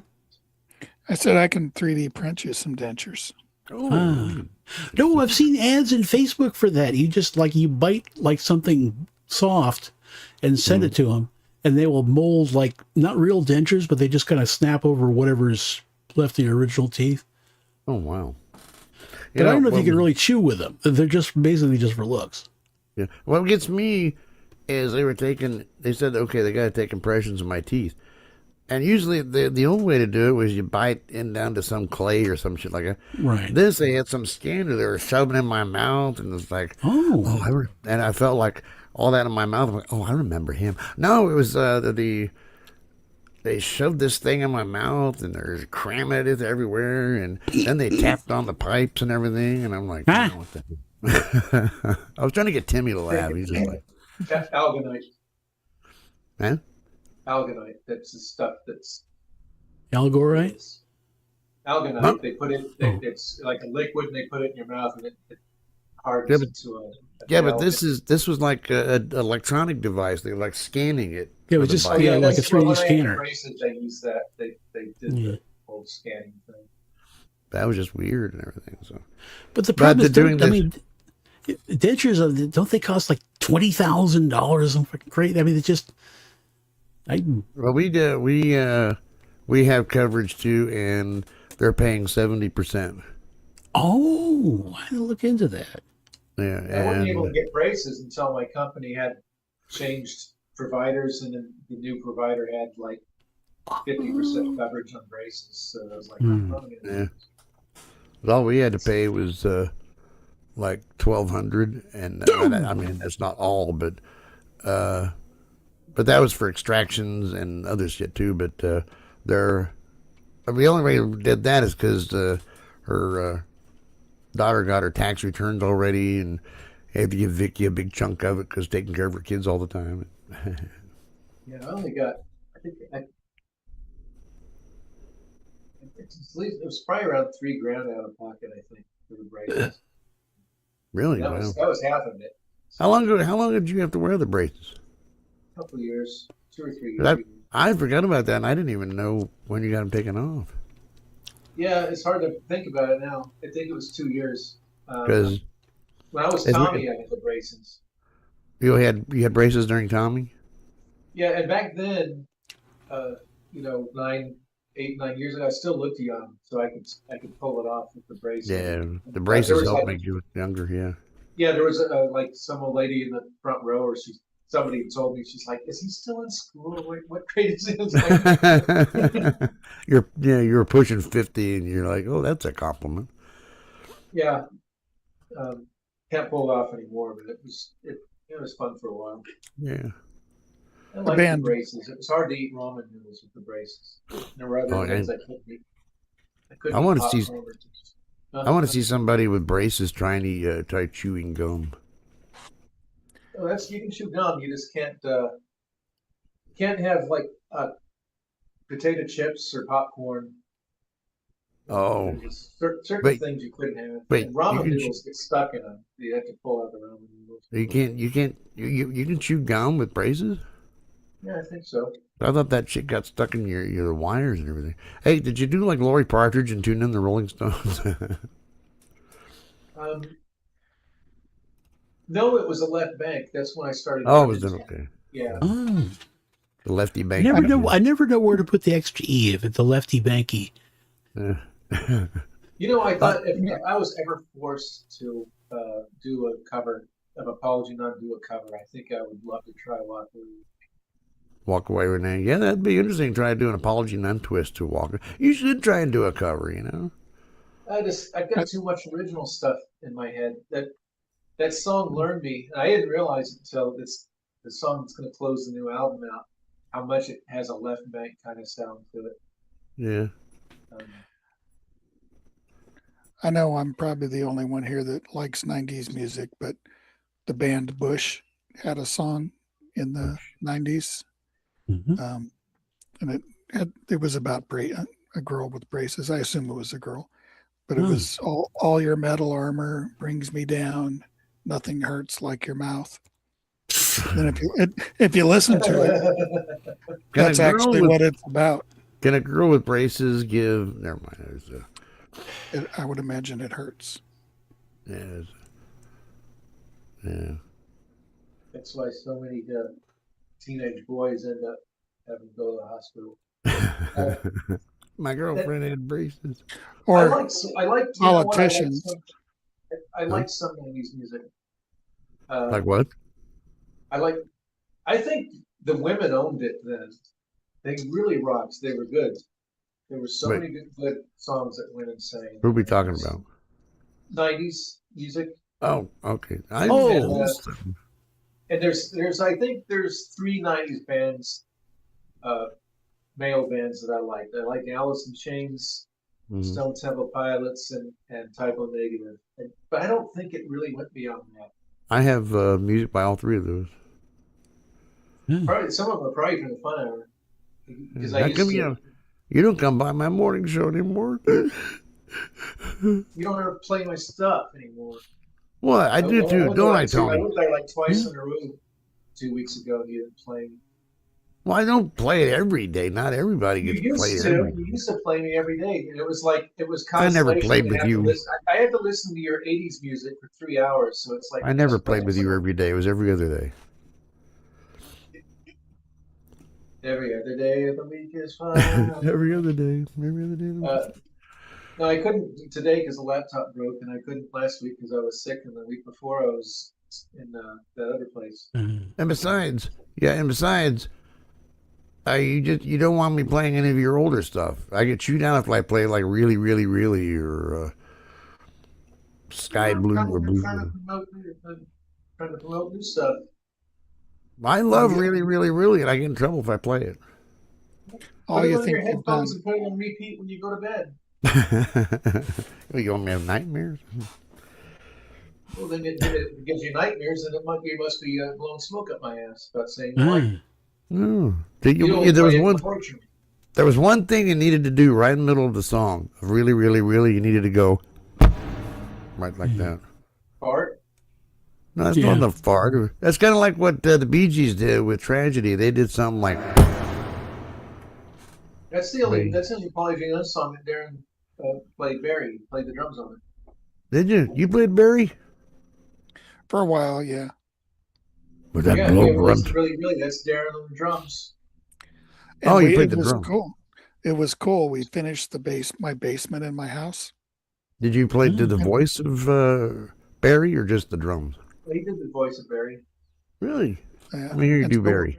So we did the basement, and we had it with music in mind. So on one of the walls, I had a long table, desk, bench, counter, whatever. And underneath it, I had, I think, two dedicated circuits with a bank of 8 plugs, like right next to each other on each one. Maybe it was 8 total. But it was just cool having a dedicated circuit with 8 plugs right there on the wall. Yeah, but that is really cool. It's cool. What gets me though is Timmy would never let me take over the voice of Rob Van Geist because I do it pretty good, don't I, Terry?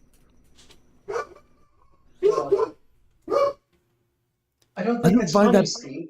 I don't find you funny either, Terry. I don't find that funny, Steve.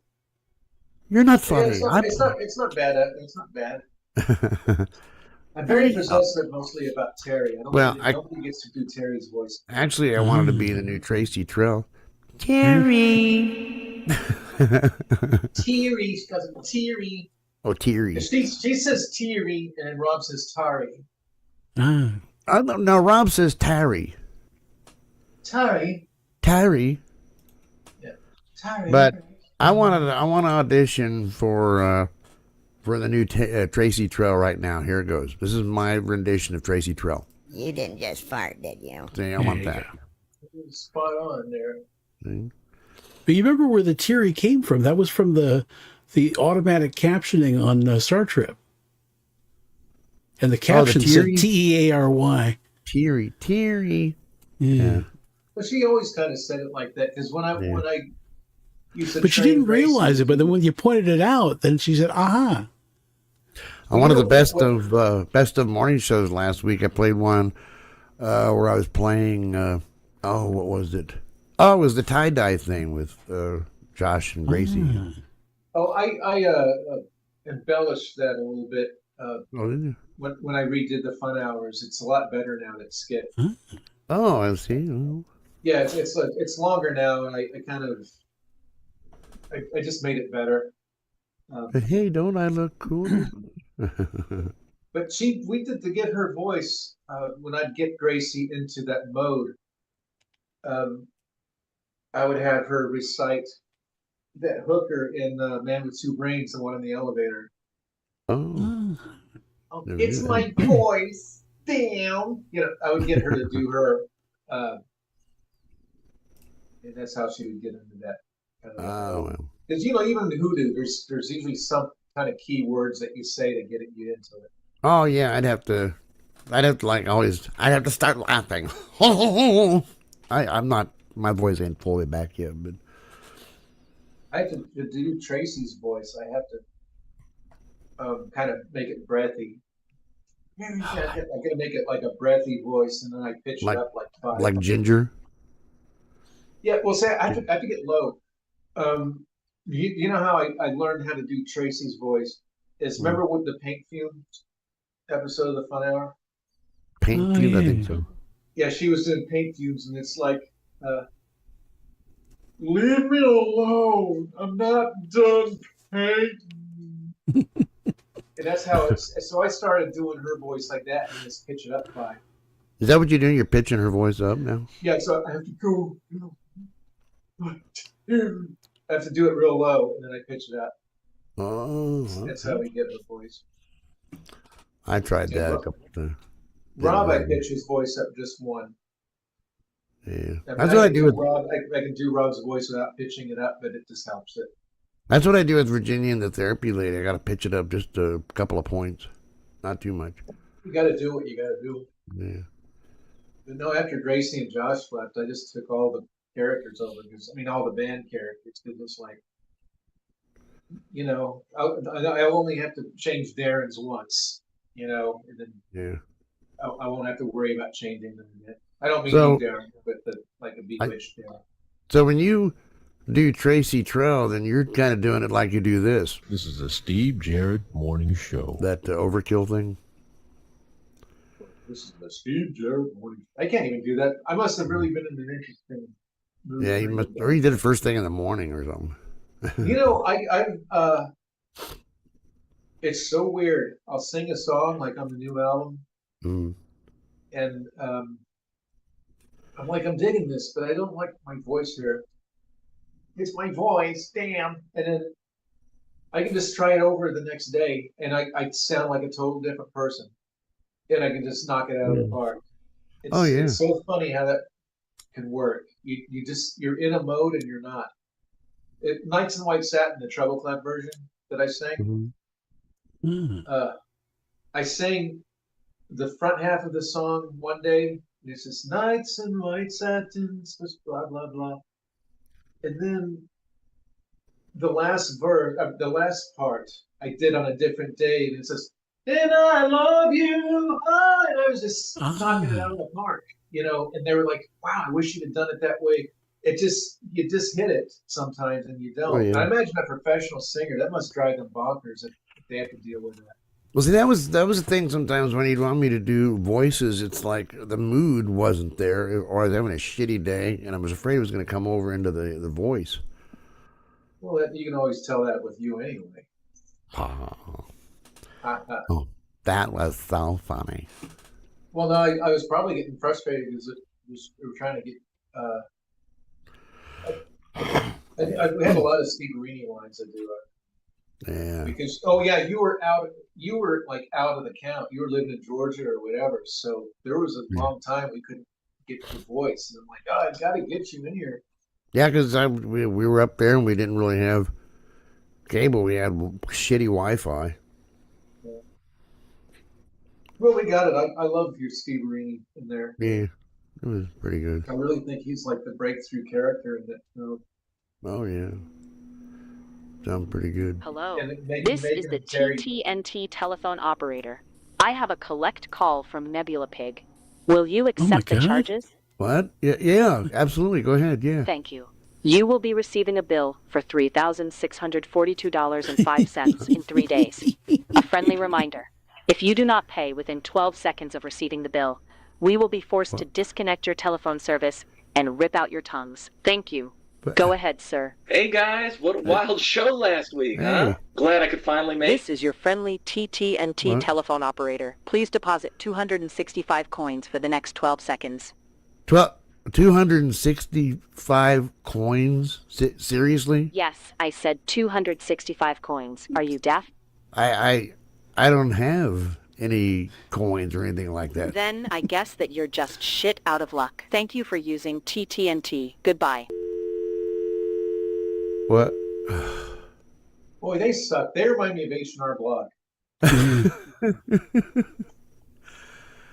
Well, that sucked. I hate the telephone company. Yeah. I hate them too. When was the last time you had to put extra change into a payphone? Oh, gosh. When was the last time you used a payphone? I know. I used to call collect all the time. Yeah. Boy, didn't it make you dinosaurs here? Collect calls. Remember long distance, the toll on the commercials? Their long distance is going faster than this long distance. The numbers, the costs. Or where they opened up the market and you had to like dial a 15-digit number to get like a different long distance company? Oh, I had to do that to get to call Darwin. Wow. I had to buy a global calling card. Oh, that's another thing. I bought a global calling card. My phone did nothing work as soon as when I got there. Nothing worked. The camera worked, that stuff, but nothing. No internet on my phone. Nothing. No texts. No calls. And it didn't show the proper time. It was like an hour ahead of Florida, but it was still like 5 hours behind Spain. And so I depended on Wendy's phone. And then the last night, we only had a few hours of sleep. So every wink, every blink counted. So what happens? I look at my phone and it's like, oh, it's 6:40 and the alarm's going to go off in 5 minutes. So I start to go into the shower, this and that. And a few minutes goes by and I didn't hear Wendy's alarm. It's like, I wonder. I went to my phone and it finally started working. The night that we're going back, it finally starts working. So I was actually up at like 1:45 in the morning, and Wendy was like, "What's he doing?" Not the way it usually works. Is Wendy still there? Because I could tell that you'd gotten up, and I'm thinking maybe you just having to get up. Mm. So I just rolled over and went back to sleep. But it was like 1 something in the morning. But it was so nice to know that. It was nice to know that I had 4 extra hours of sleep there, but it's still. But if I'd have been there, you'd have gotten all kinds of sleep with my snoring. They would have kicked us out with your snoring. Because it was a noisy place. The walls were thin and the doors, so it's like you could hear people in the hallways yelling. And we had a balcony, a little balcony. You could walk out on it, but it was narrow. You couldn't put a chair on it or anything, but you can stand on it. But there was a lot of street noise, people yelling all through the night. Not like a ghetto, but just loud people. And it was cold there. You couldn't just stand on the balcony and enjoy it. The whole time you were there, it was kind of cold. Didn't I bring those nasal strips in Pensacon when I did those things to help you stop snoring? I thought I'd brought those. Well, whatever you brought didn't help. Wow. I was losing my mind. And I can honestly say that I did not like that shower in Spain. Oh, I forgot to say about the shower. The showers in Spain fall mainly. Yeah. Oh, there was this shower and the sink, and it's like you couldn't. It was either scalding hot or freezing cold. And once we figured out how to even get water to come out, and it turns out above the toilet there's these two, a blue and a red. There's these two faucets on the wall. And you got to put them in a certain position first, and then you got to. It's fun as a pain in the ass. I finally figured out the Rubik's Cube puzzle. I'm like, okay, I think as long as we're going to leave those there, and if you do the shower thing here and turn it just that, what a pain in the butt that was. Mm-hmm. Yeah, to have the shower head and everything on one side of the room, but that hot and cold nozzle was on the opposite side above the toilet. Oh, that's weird. It's just weird. Yeah, it's like the pipes that go into the bathroom. You've got to regulate them first before you regulate the rest. It's weird. I've never seen it. That's weird. Some places have the knob. I don't know if that's what you're saying. Some have the knobs backward, where hot is where cold usually is, and vice versa. I wouldn't have known. I just tinkered with them, until I could figure out, until we finally got something that wasn't killing us. Yeah. It was a little bitty hotel room, little bitty twin beds. Didn't matter when we were tired. It didn't matter. It's like, yeah. Nice. Well, you ever heard that joke? I don't know if you can see it. You know what this is?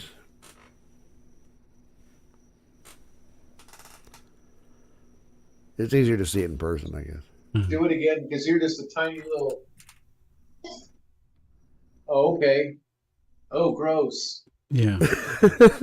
That looks gross, but that's just water faucets and testing the water is all it is. Oh, that's pretty funny, Steve.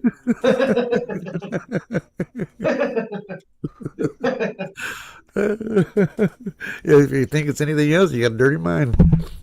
Oh gosh, if I was a water faucet, I would just be losing my mind thinking that. Wendy didn't laugh at that one I did. I guess you just didn't hear me. Oh, okay. You gotta go. Okay, there you go. I heard that one.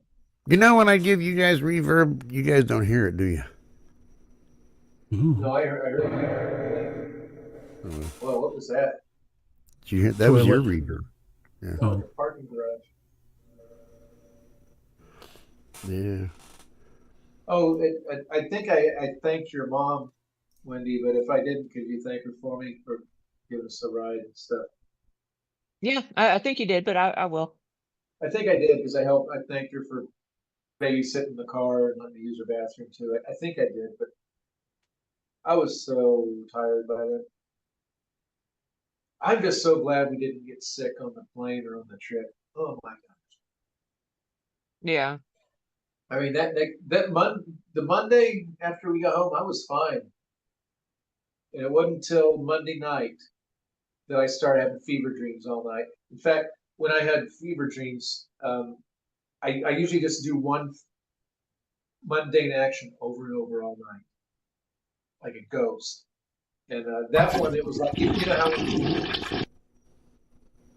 when we were that Galleria we were at that had the theater.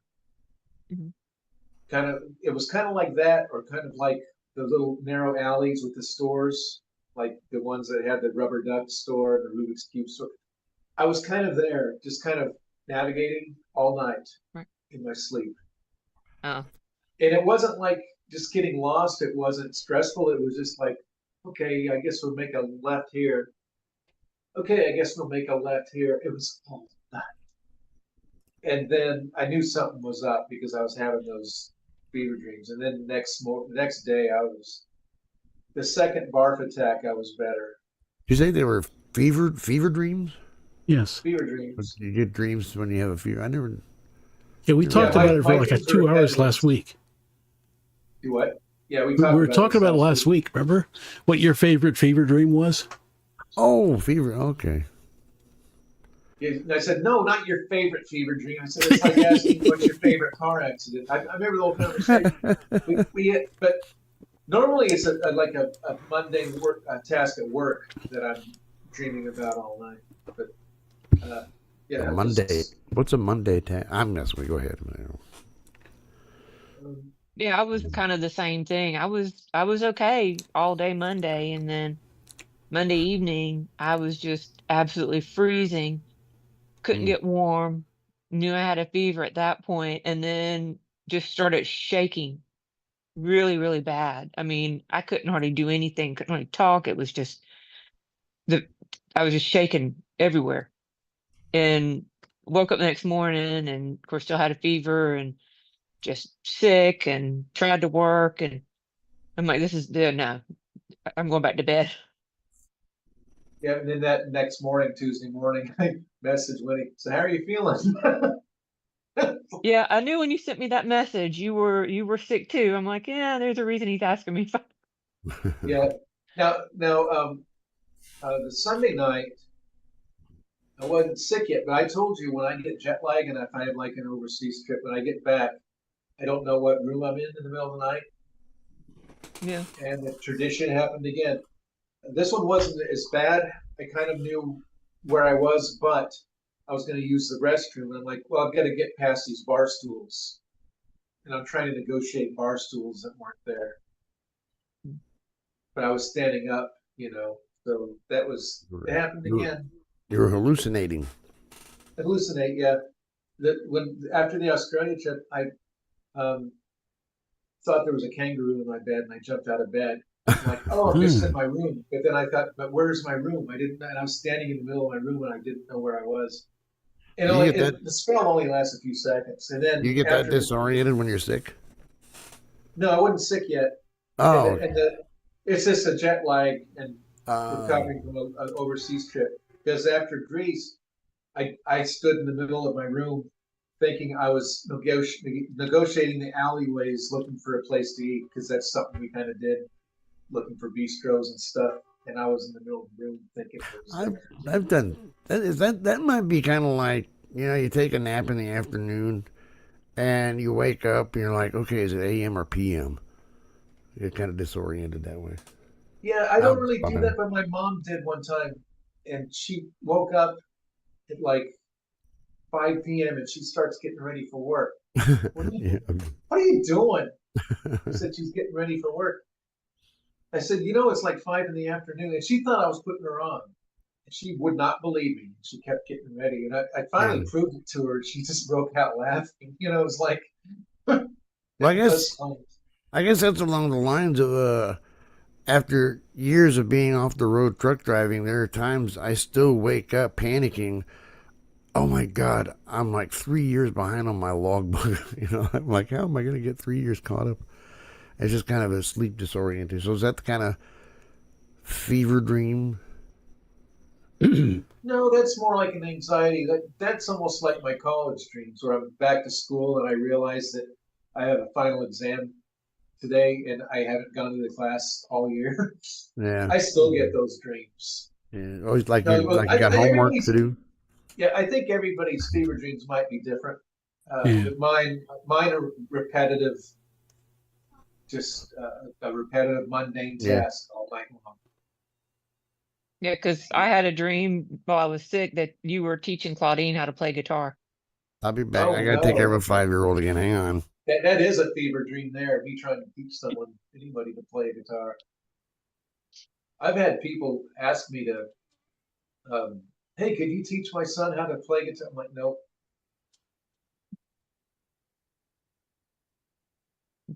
I probably should, but I'm just not.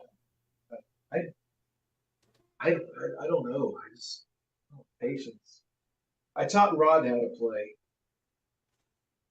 sort of, and he gave me that. He bought me that new Fender Twin amp for helping, kind of teaching him. We only did a few sessions, like a few half-hour sessions. We started.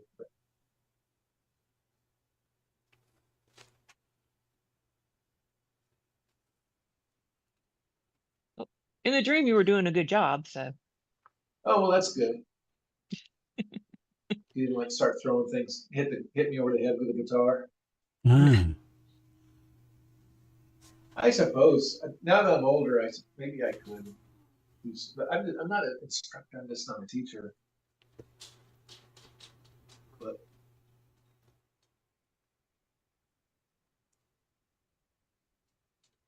I don't play like I used to. I don't play a lot of stuff. I just record. I was showing them Wendy. I was showing them my award. I got ring, but I realized the hard way that European A4 paper isn't the same size as ours. So I had to buy special frames up and get better and longer. No, I never even thought about that. Wasn't a big deal. It's like they were about the same as what I paid them. But yeah,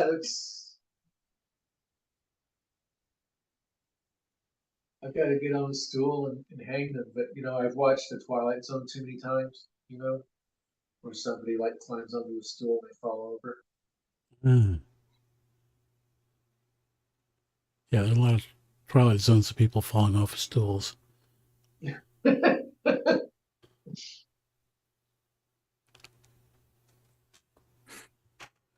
I have a hypothesis that more people have been killed falling off ladders changing smoke detector batteries than have been saved by smoke detectors. Yeah. Probably. Yeah, and I always ask this question. Nobody knows the answer. Has a automobile theft ever been stopped by a car alarm? Probably. They bring everybody's attention to it. Everybody around here just ignores the damn things. Well, I Yeah, think most people just ignore it. Well, if the alarm's going on more than it's not, then I can understand. I mean, if there's always car alarms, but I mean, if you're like in a Walmart parking lot, then all of a sudden a car alarm, people might rubberneck and look what's going on. I don't hear them a lot.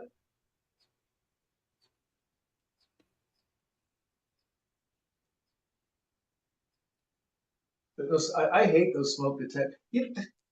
Am I retarded? Because I remember when we were in the 70s, in the 80s, smoke detectors, they didn't just chirp on their own for no fucking reason, And when you replace a battery, you just replace the battery and put it back up, and you could push the button to test it, and that was it, Now you got like 5 or 6 detectors, and one of them chirps, and you can't tell which one it is, and you replace all the batteries and all of them, and there's still a damn chirp. I had to just put them in the shed and get new smoke detectors that have 10-year batteries. That's what I did in my old house. Yeah, I've had that happen numerous times. Brand new battery, the damn thing still chirps. What do you do? Out the window. Oh, you gotta press it and keep your thumb on it for 15 seconds to discharge. And it's like, fuck that. And I did that, and it still didn't help. There's still just. And the button you have to push is shaped like a cone, and so you're like boring a hole through your thumb trying to fucking hold it. Yeah, that's right. They do that because it's like the Chinese don't like Americans or something. They're trying to get back at us or something. They should love us. You'd think. Not lately. Why? Because we're getting rid of all their allies. Yeah, we got rid of their fuel chain or whatever. I think still get it from Russia again.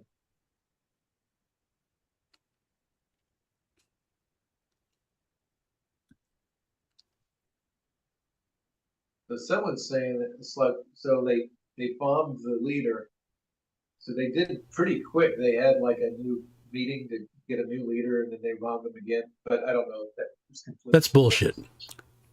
That's complete bullshit. Yeah, the reporter needs to be like hit with boards. That's bullshit. That's what I've heard everywhere today. Yep, and it's bullshit everywhere today. Why is that? Is it? They bombed an empty building.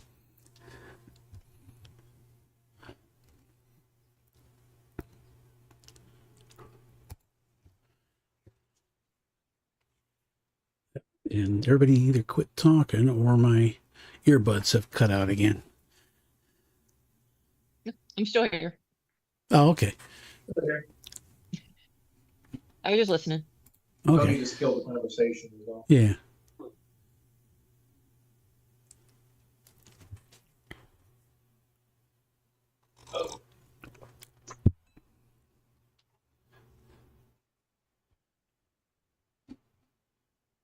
Look at this, Tony. It's an Yes. diplomat. Oh my God. I think it's a diplomat. Old Matchbox, the ones that have the thin wheels. Oh yeah. They put more pride into them. They have little trailer hitches and the hoods would open. Oh yeah, I remember those. They usually have a dog in the back seat and people in them. I liked those. I didn't care for the Matchboxes when some of the super fast ones are okay, but just. Yeah, they were trying to compete with Hot Wheels. Yeah, I mean, that was kind of okay. I think it was just throughout the 70s, they got uglier and uglier, just like the real cars, I guess. So they just keep them with the trend, I guess.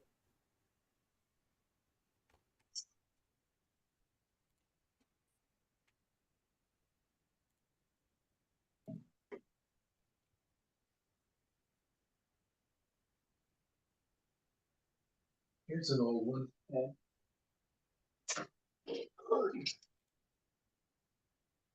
belonged to my mom when she was a little girl.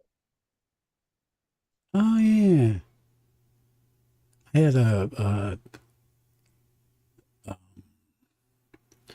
bathtub Nash like that. Yeah. This was also my mom's. This fire truck, probably from the 40s. I do believe it's rubber something. Oh yeah, they used to have that kind of hard rubber that. Yeah, it's kind of like it's not like a rubber you can squeeze, but it's I don't think it's metal either. Just kind of like you said, like a real hard rubber.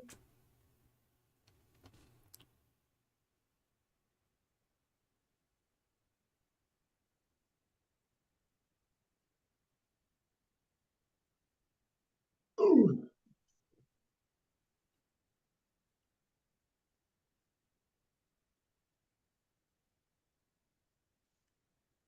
We got quiet here. Where's Steve? He usually keeps the show. Oh, he's like throwing the kid out the window. Yeah, he's got through the door or out the window. Yeah, through the door or out the window.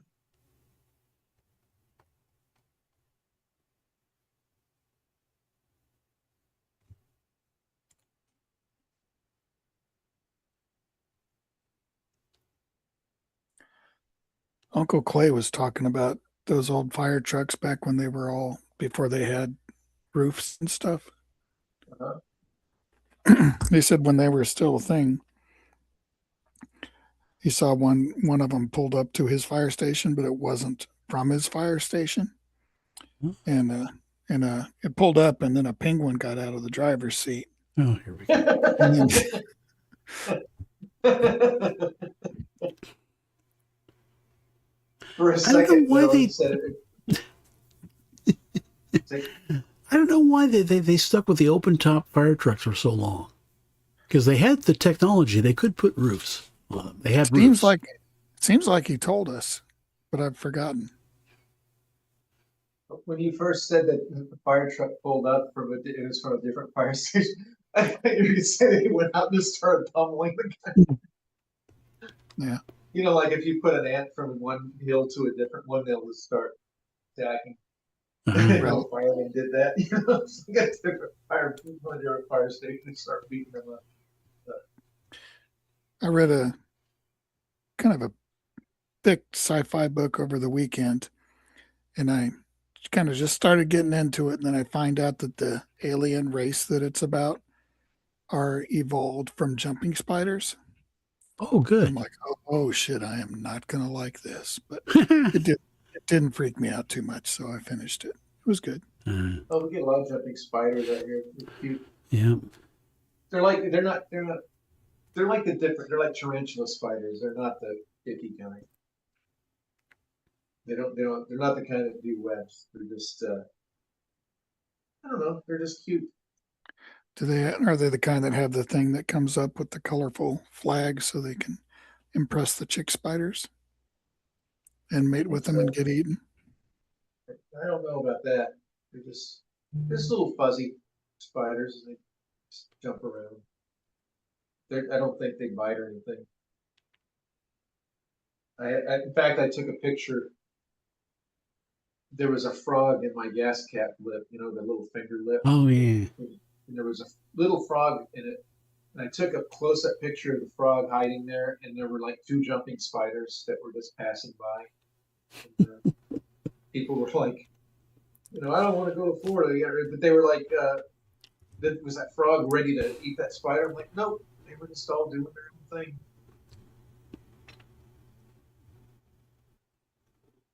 Like grandma used to feed the wildlife, and she went out one night and there was a skunk.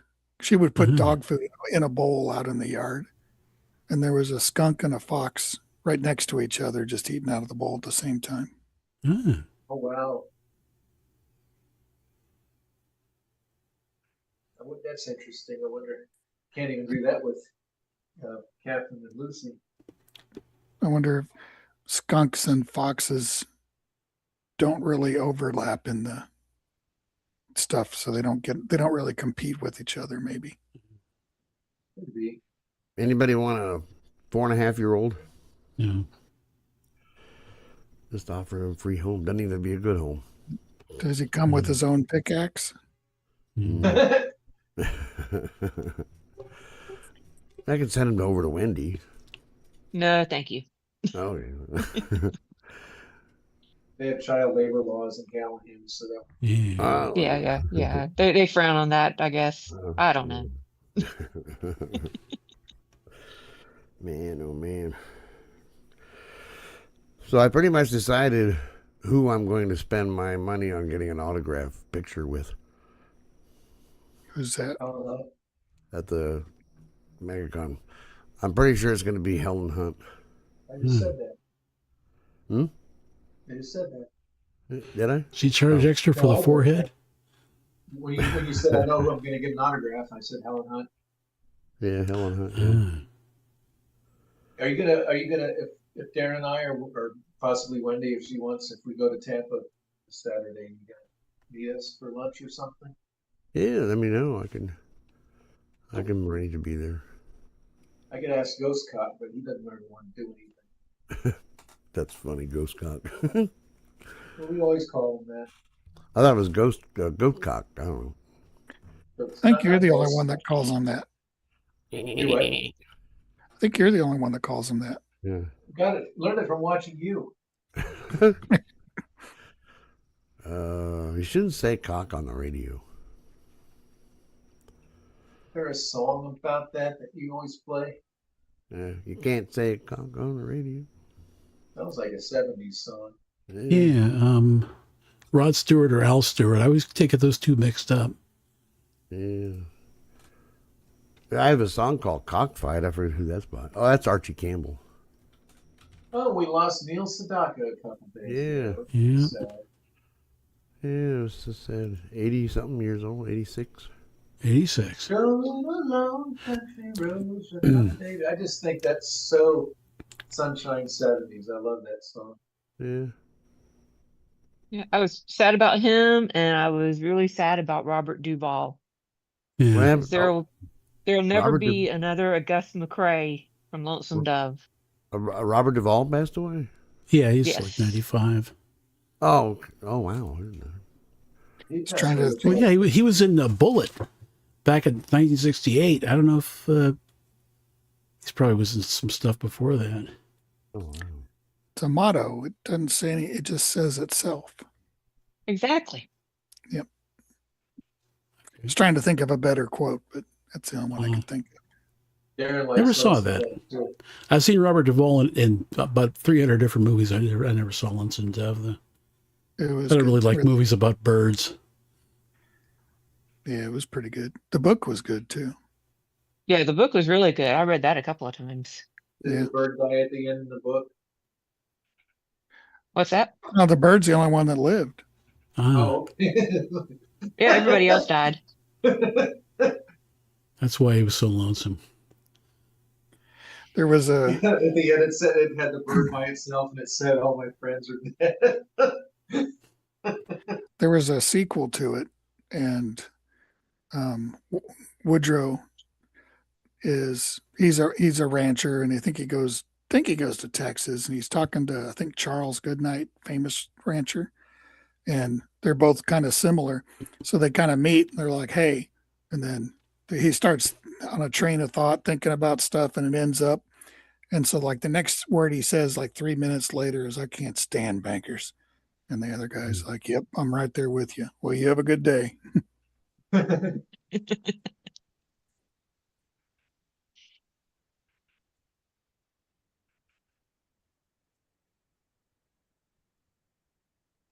It seems like when they're talking about the motto too, or it's all in Latin, and Woodrow Call says, "For all you know, you're inviting people to rob us," and Robert Duvall, Gus McCrae says, "Well, if he can read Latin, he's welcome to rob us."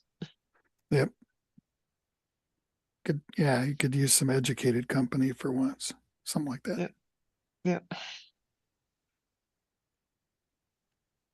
We're going to have to go over to your place, Darren, and Wendy and I, or something. Or Wendy doesn't have to. She But we're going to show you that. The guy gave me a private link to that color of everything movie.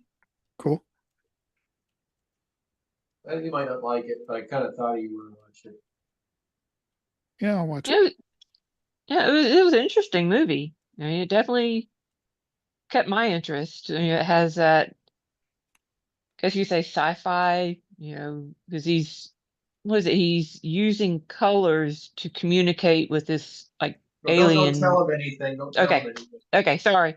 Because we kind of went into it blind. That's kind of, I think that's the best way to see it, not knowing. Sorry. That's okay. Yeah, well, maybe check that out. Sounds good. And Wendy, you're welcome to come over if you'd like. Sure. You just have to let me know when. Need to get you introduced to Thomas as well. Cool. Time's not so fast.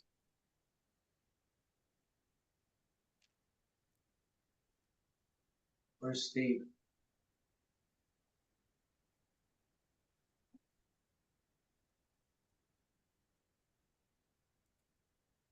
He's looking at the chat from like 3 hours ago. Well, my film is on IMDb now, so. Yay. If you like it.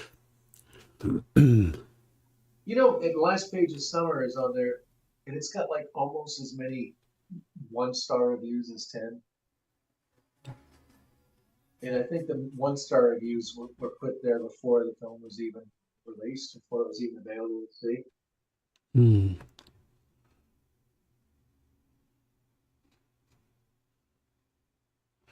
I'd love to know what Steve was gazing at so intently.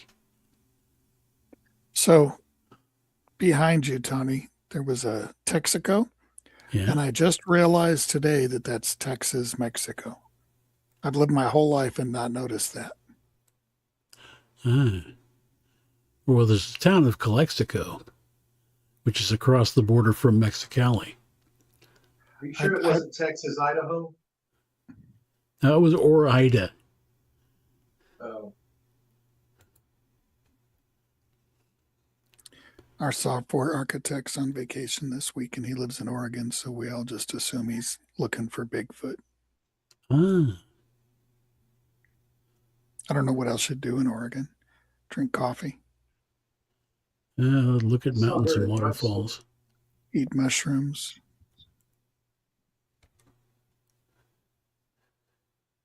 I bought some coffee creamer, that's supposed to be organic and stuff.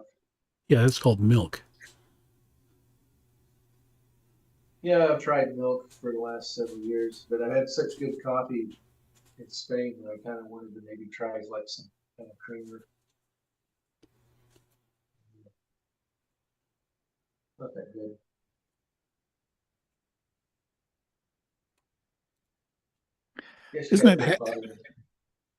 Isn't it half and half you're supposed to use if you're doing it right? Yeah. Something like I that. I drink it black, so I've never figured any of that stuff out. I guess you can go to Walmart and get a frother or something like that. Frother. Hello, mother. Hello, frother. What are they called? Winnie Cafe? Cafe con leche. Yeah. It's like a kind of a creamy coffee, but it's like frothy. It's pretty good. I mean, it's basically just coffee with milk, but I guess they froth the milk. I'd have to look online and see how they do it, but it was very good. I had an espresso machine with a frother on it. I gave it to Kendra. I gave away half of my stuff, and I still have way too much.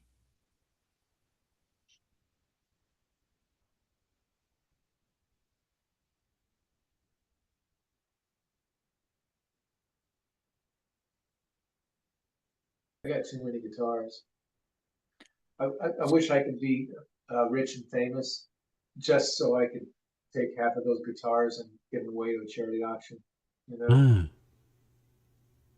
Because I'm too attached. I don't like to get rid of things because I'm sentimental, but they're so junky that I wouldn't be able to sell them anyway, really. Mm.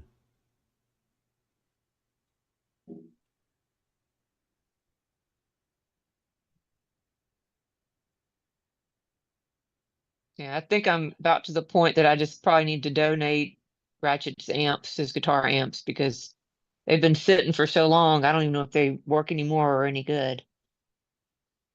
Yeah, I know mine sat in Alabama in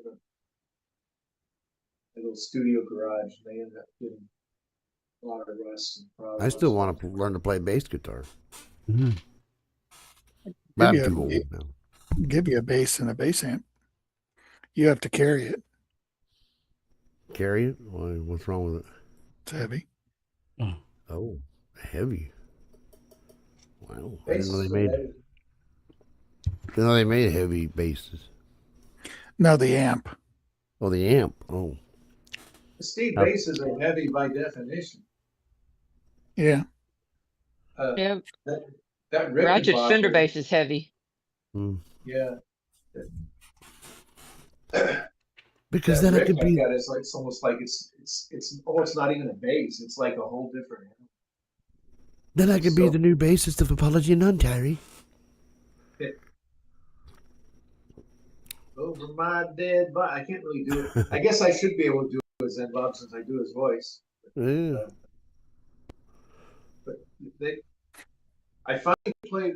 I've got a song on the new album where I finally played that Rickenbacker with a pick because I've never played it with a pick before, and that was Black Empty Square. Just one part of Black Empty Square because it has to have an attack sound. Mm.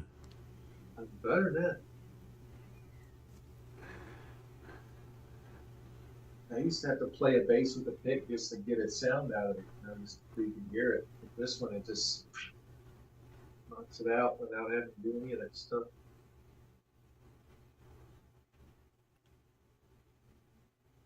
We need to do that once and for all. That, like the director's cut of some of the films.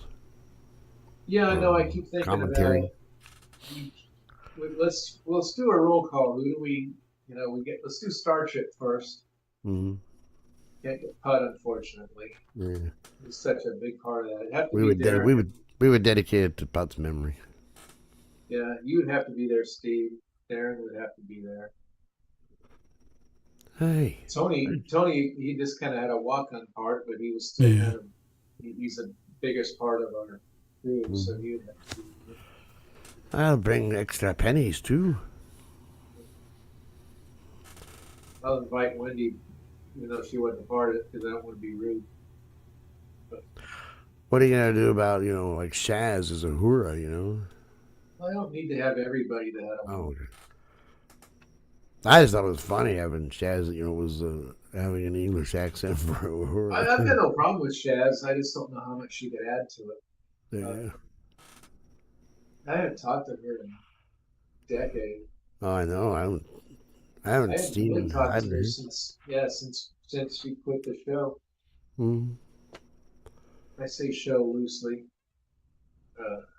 Yeah. Who else was it? Owen. I would love to get Owen on. Yeah, I was doing a look for YouTube's Got Talent the other day, and I wish I could remember what song he was doing. He was with a few other people. Doing a song.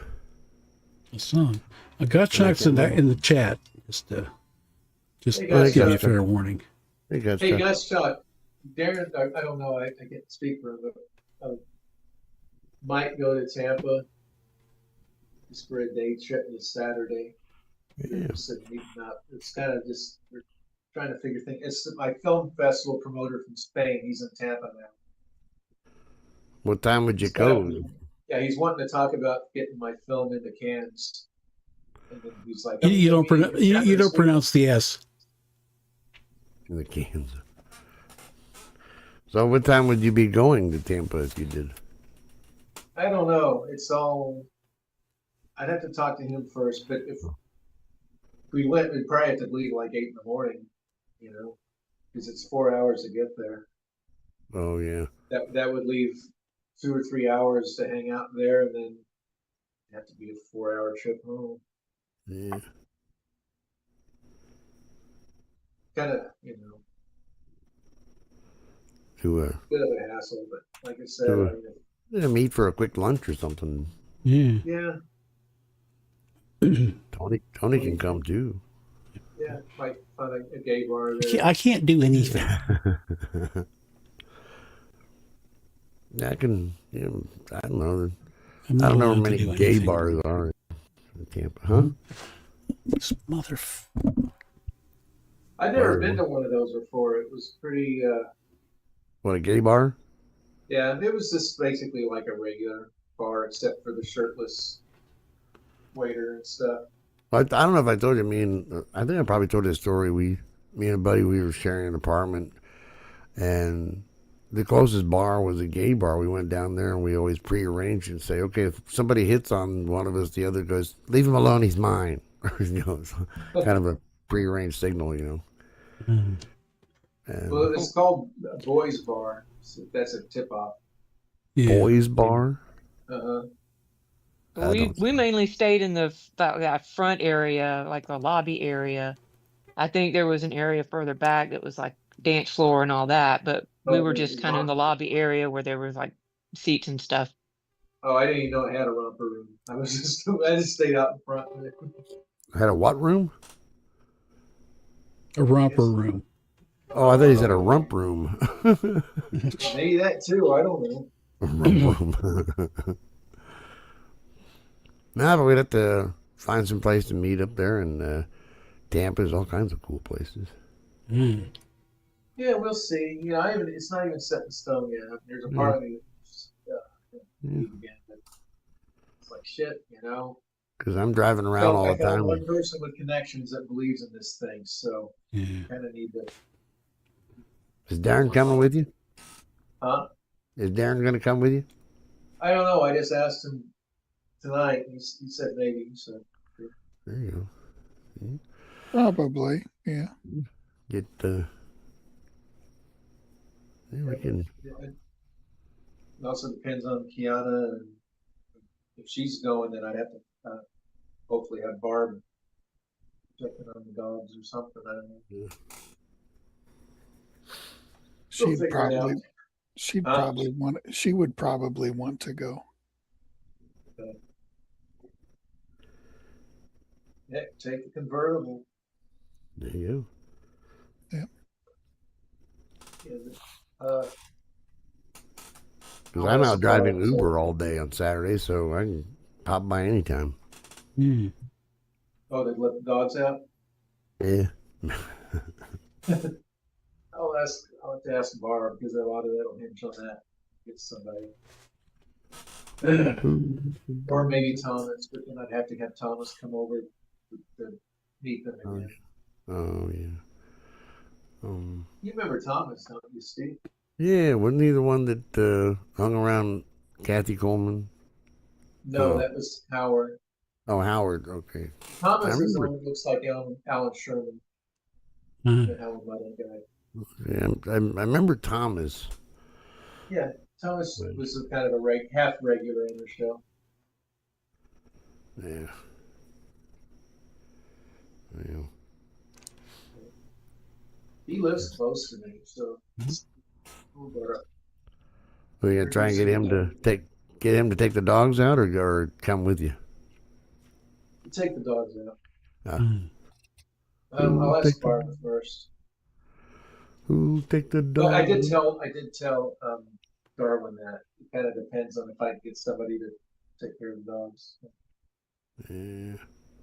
He's like, oh, either way, whatever works. Tony wouldn't mind coming by letting the dogs out for you. Yeah. No, I was thinking that if I ever, at some point in my lifetime while I'm still alive, if I ever am able to get a car again, I'll probably have to get something that I could use as an Uber, which means, something that's no fun at all. Oh, you mean you want to drive Uber, make extra money? It's kind of hard to, I can't just sit there on the road with my arms forward and go like this. I actually have to have a car. Well, that's what I'm saying. Yeah. Does delivering the food pay less? Means you got to get out of the car and walk up steps and stuff, and dogs. That's what I do. Now, driving Uber Eats, you can have an older car. It doesn't matter. Yeah. But you make some good extra money.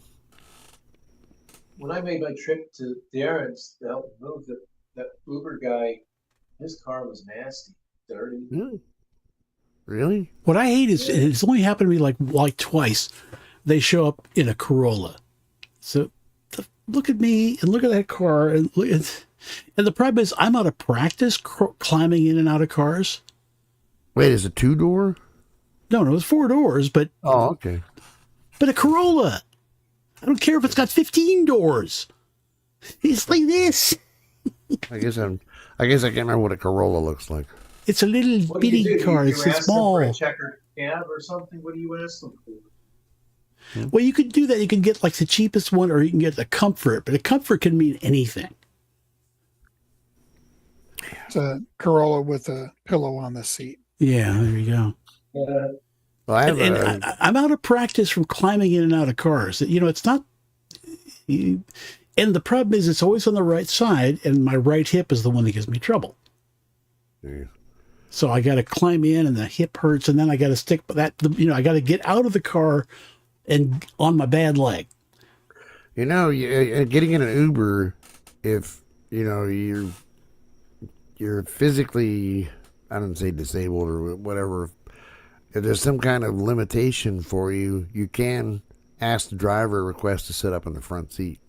Yeah. Have him sit in the I don't back. know if that helps. Yeah, that helps much. Sit in the back. Well, the first time somebody showed up in a Corolla, I said, "Can I just sit up front?" Because I couldn't even fit into the back door. Yeah. The physical body would not fit. Did they let you I sit up used to front? drive a Miata, but the Miata, at least you can put the damn top down. But they let you sit up front? Yeah, I sat up front that time. This time I didn't. I probably should have. Because they always show up with the front passenger seat shoved all the way forward. Like that means a damn bit of difference. That's what I do. I shove it all the way forward. It gives people more leg room no matter what their size, Yeah, but then they tilt it forward like they think that helps. Oh, the bottom of the seat is still there. There's still, it doesn't create any more leg room. It just looks silly. Now, for heavy set people, I have offered to let them sit up front if they want. Yeah. But I don't want to come out and really say. I'm afraid they're going to say, well, you think I'm fat?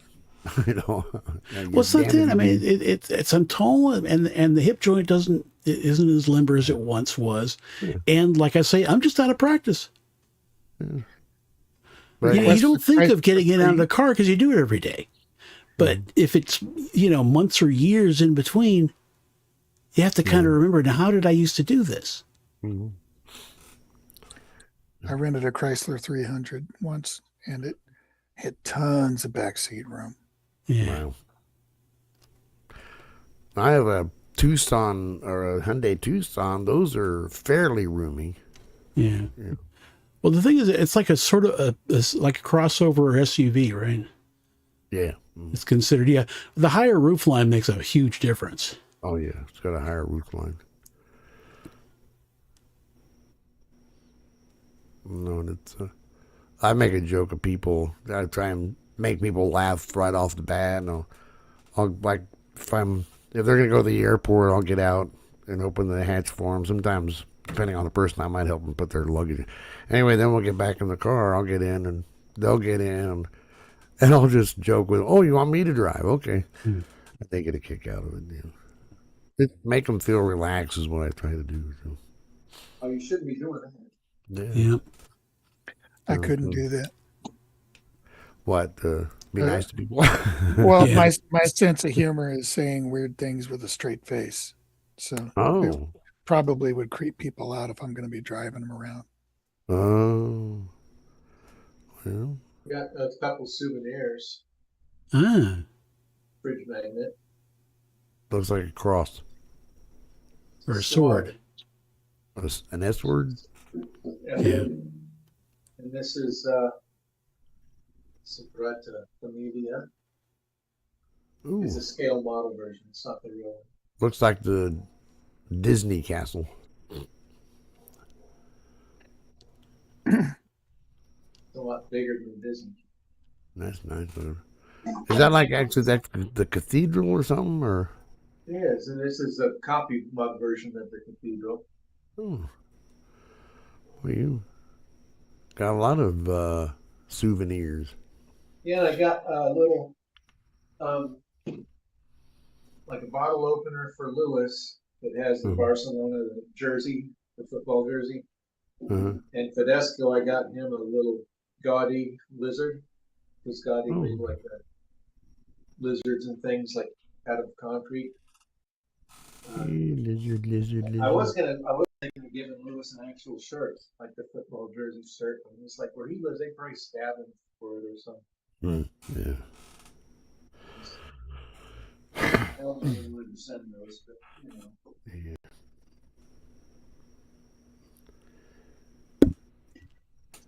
It's my troll's butt. It's a butt. There you go. I'm still working on trying to get it to work. His hands and his arms kind of got printed wrong. So Let's see it again.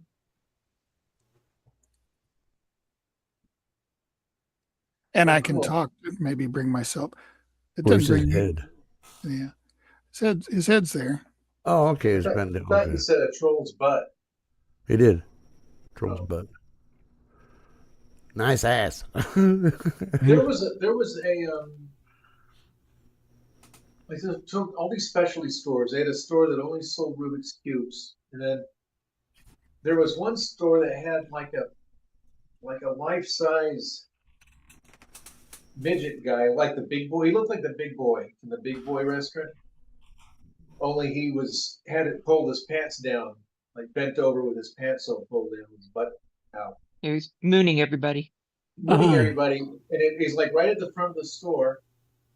And then if you look at the store and on the shelves, they just got a bunch of the mooning guy, the same guy just mooning all over the shelves. I don't know what the heck that was. Funny. They also had a store that was just ducks. Yeah, rubber duck store. Oh, and I bought this out.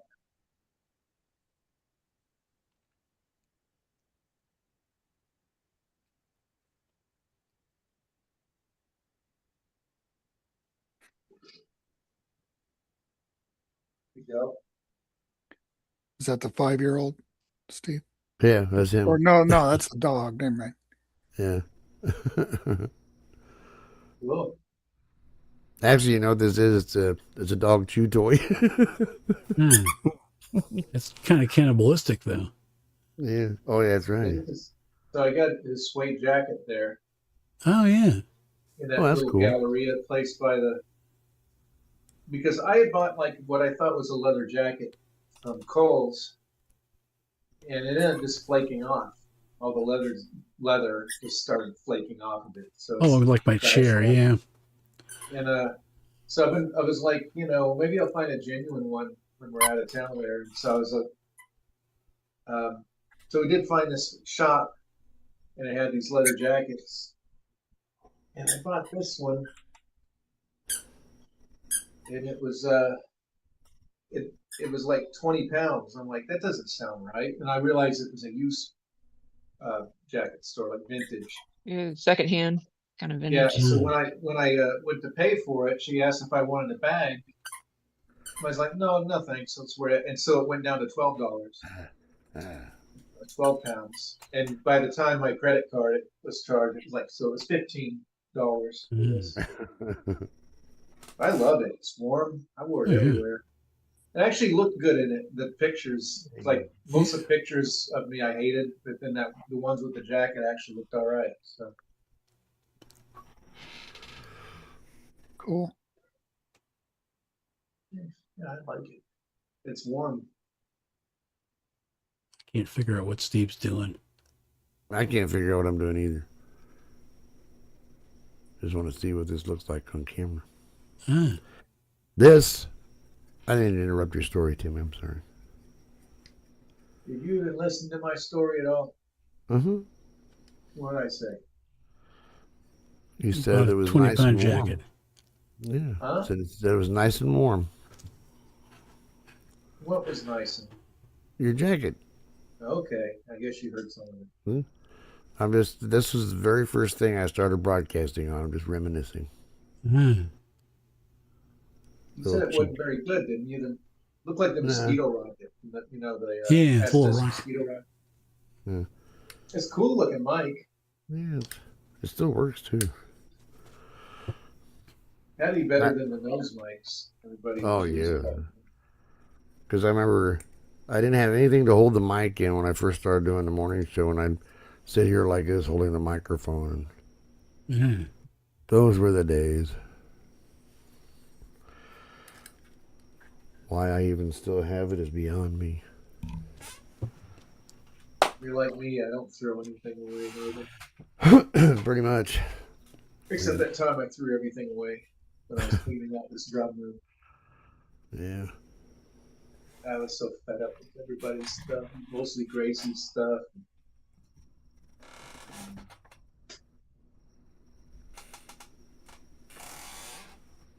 Look how worn these drumsticks are. Can you see that? Mm. See how chipped they are.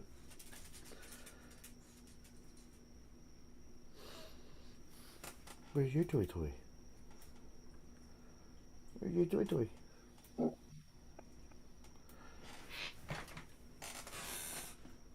Well, we lost her duck. Mm. Well, we lost her duck. Mm.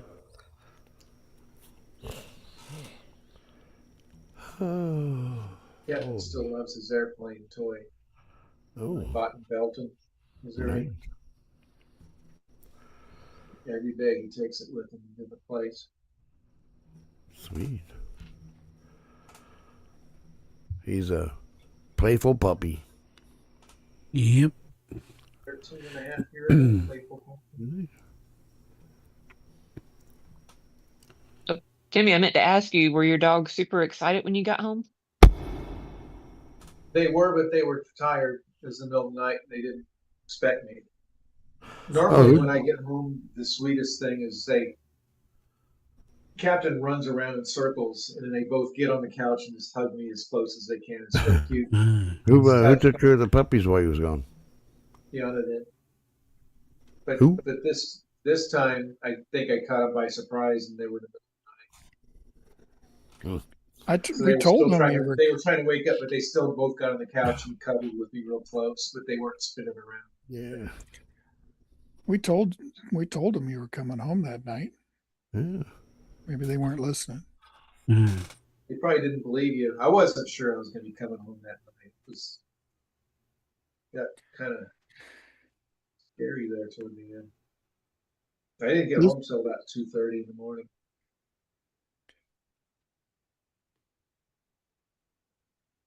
So Lucy's afraid of me unless I'm sitting down. And if I'm sitting down, she's kind of okay with me. But she wouldn't come in. She would go outside and wouldn't come in, and we wanted to leave. And finally I figured, well, maybe if I go outside, that's the last place she'll want to be. So I went out on the back patio, and then she ran inside. That solved it. That's what I was saying before I left. It's like you got about 15 minutes ahead of time when she's not expected. Close that dog door. Yeah. But at least it worked out for you. I had one house sitter. She was doing that too, and she was getting late for work. So I said, "Well, let's go to work." And then Lucy was stuck outside, and Lucy tore the door jamb, ruined the door jamb, falling at it. And she was telling me this. My house sitter was telling me this. It was like sending me pictures, and I'm about to drive into St. Louis, on the highway, and I got all sorts of lost, and it's my turn because she's showing me pictures of the door jam and stuff.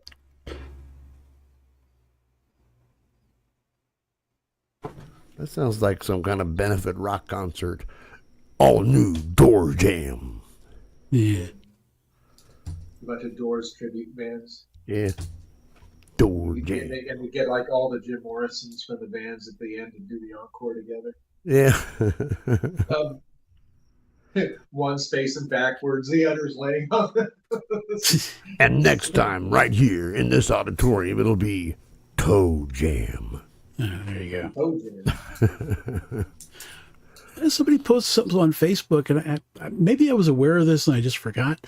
But the band, the Guess Who, there was like a fake Guess Who that was touring in like the aughts. Really? Yeah.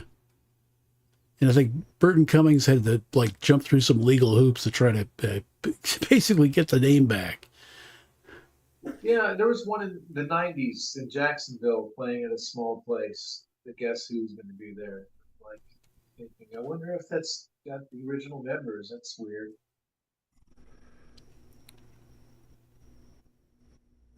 They broke up pretty early. Yeah. What was it? BTO. What's the guy's name? Change your hair, Steve? Overdrive. Yeah. Got a little younger. Yeah, Got a little younger and got some hair. Yeah, Randy Buck.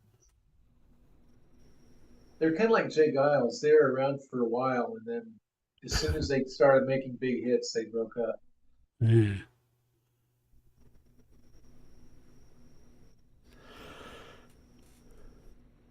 Kids will be kids.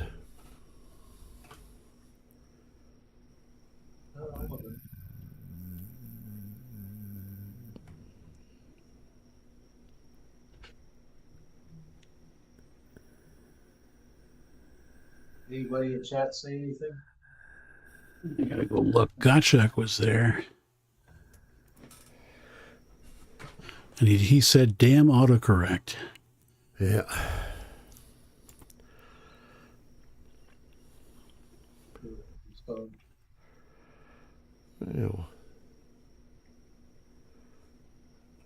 Kind of like me. It's just like everybody's kind of wound down for the day, you know? Yeah, I think not having my computer is kind of throwing a wrench in my game. Yeah. And I didn't get a nap today. I'm pooped. That's what bathrooms are for. That was so funny. Darn. Mm-hmm. What?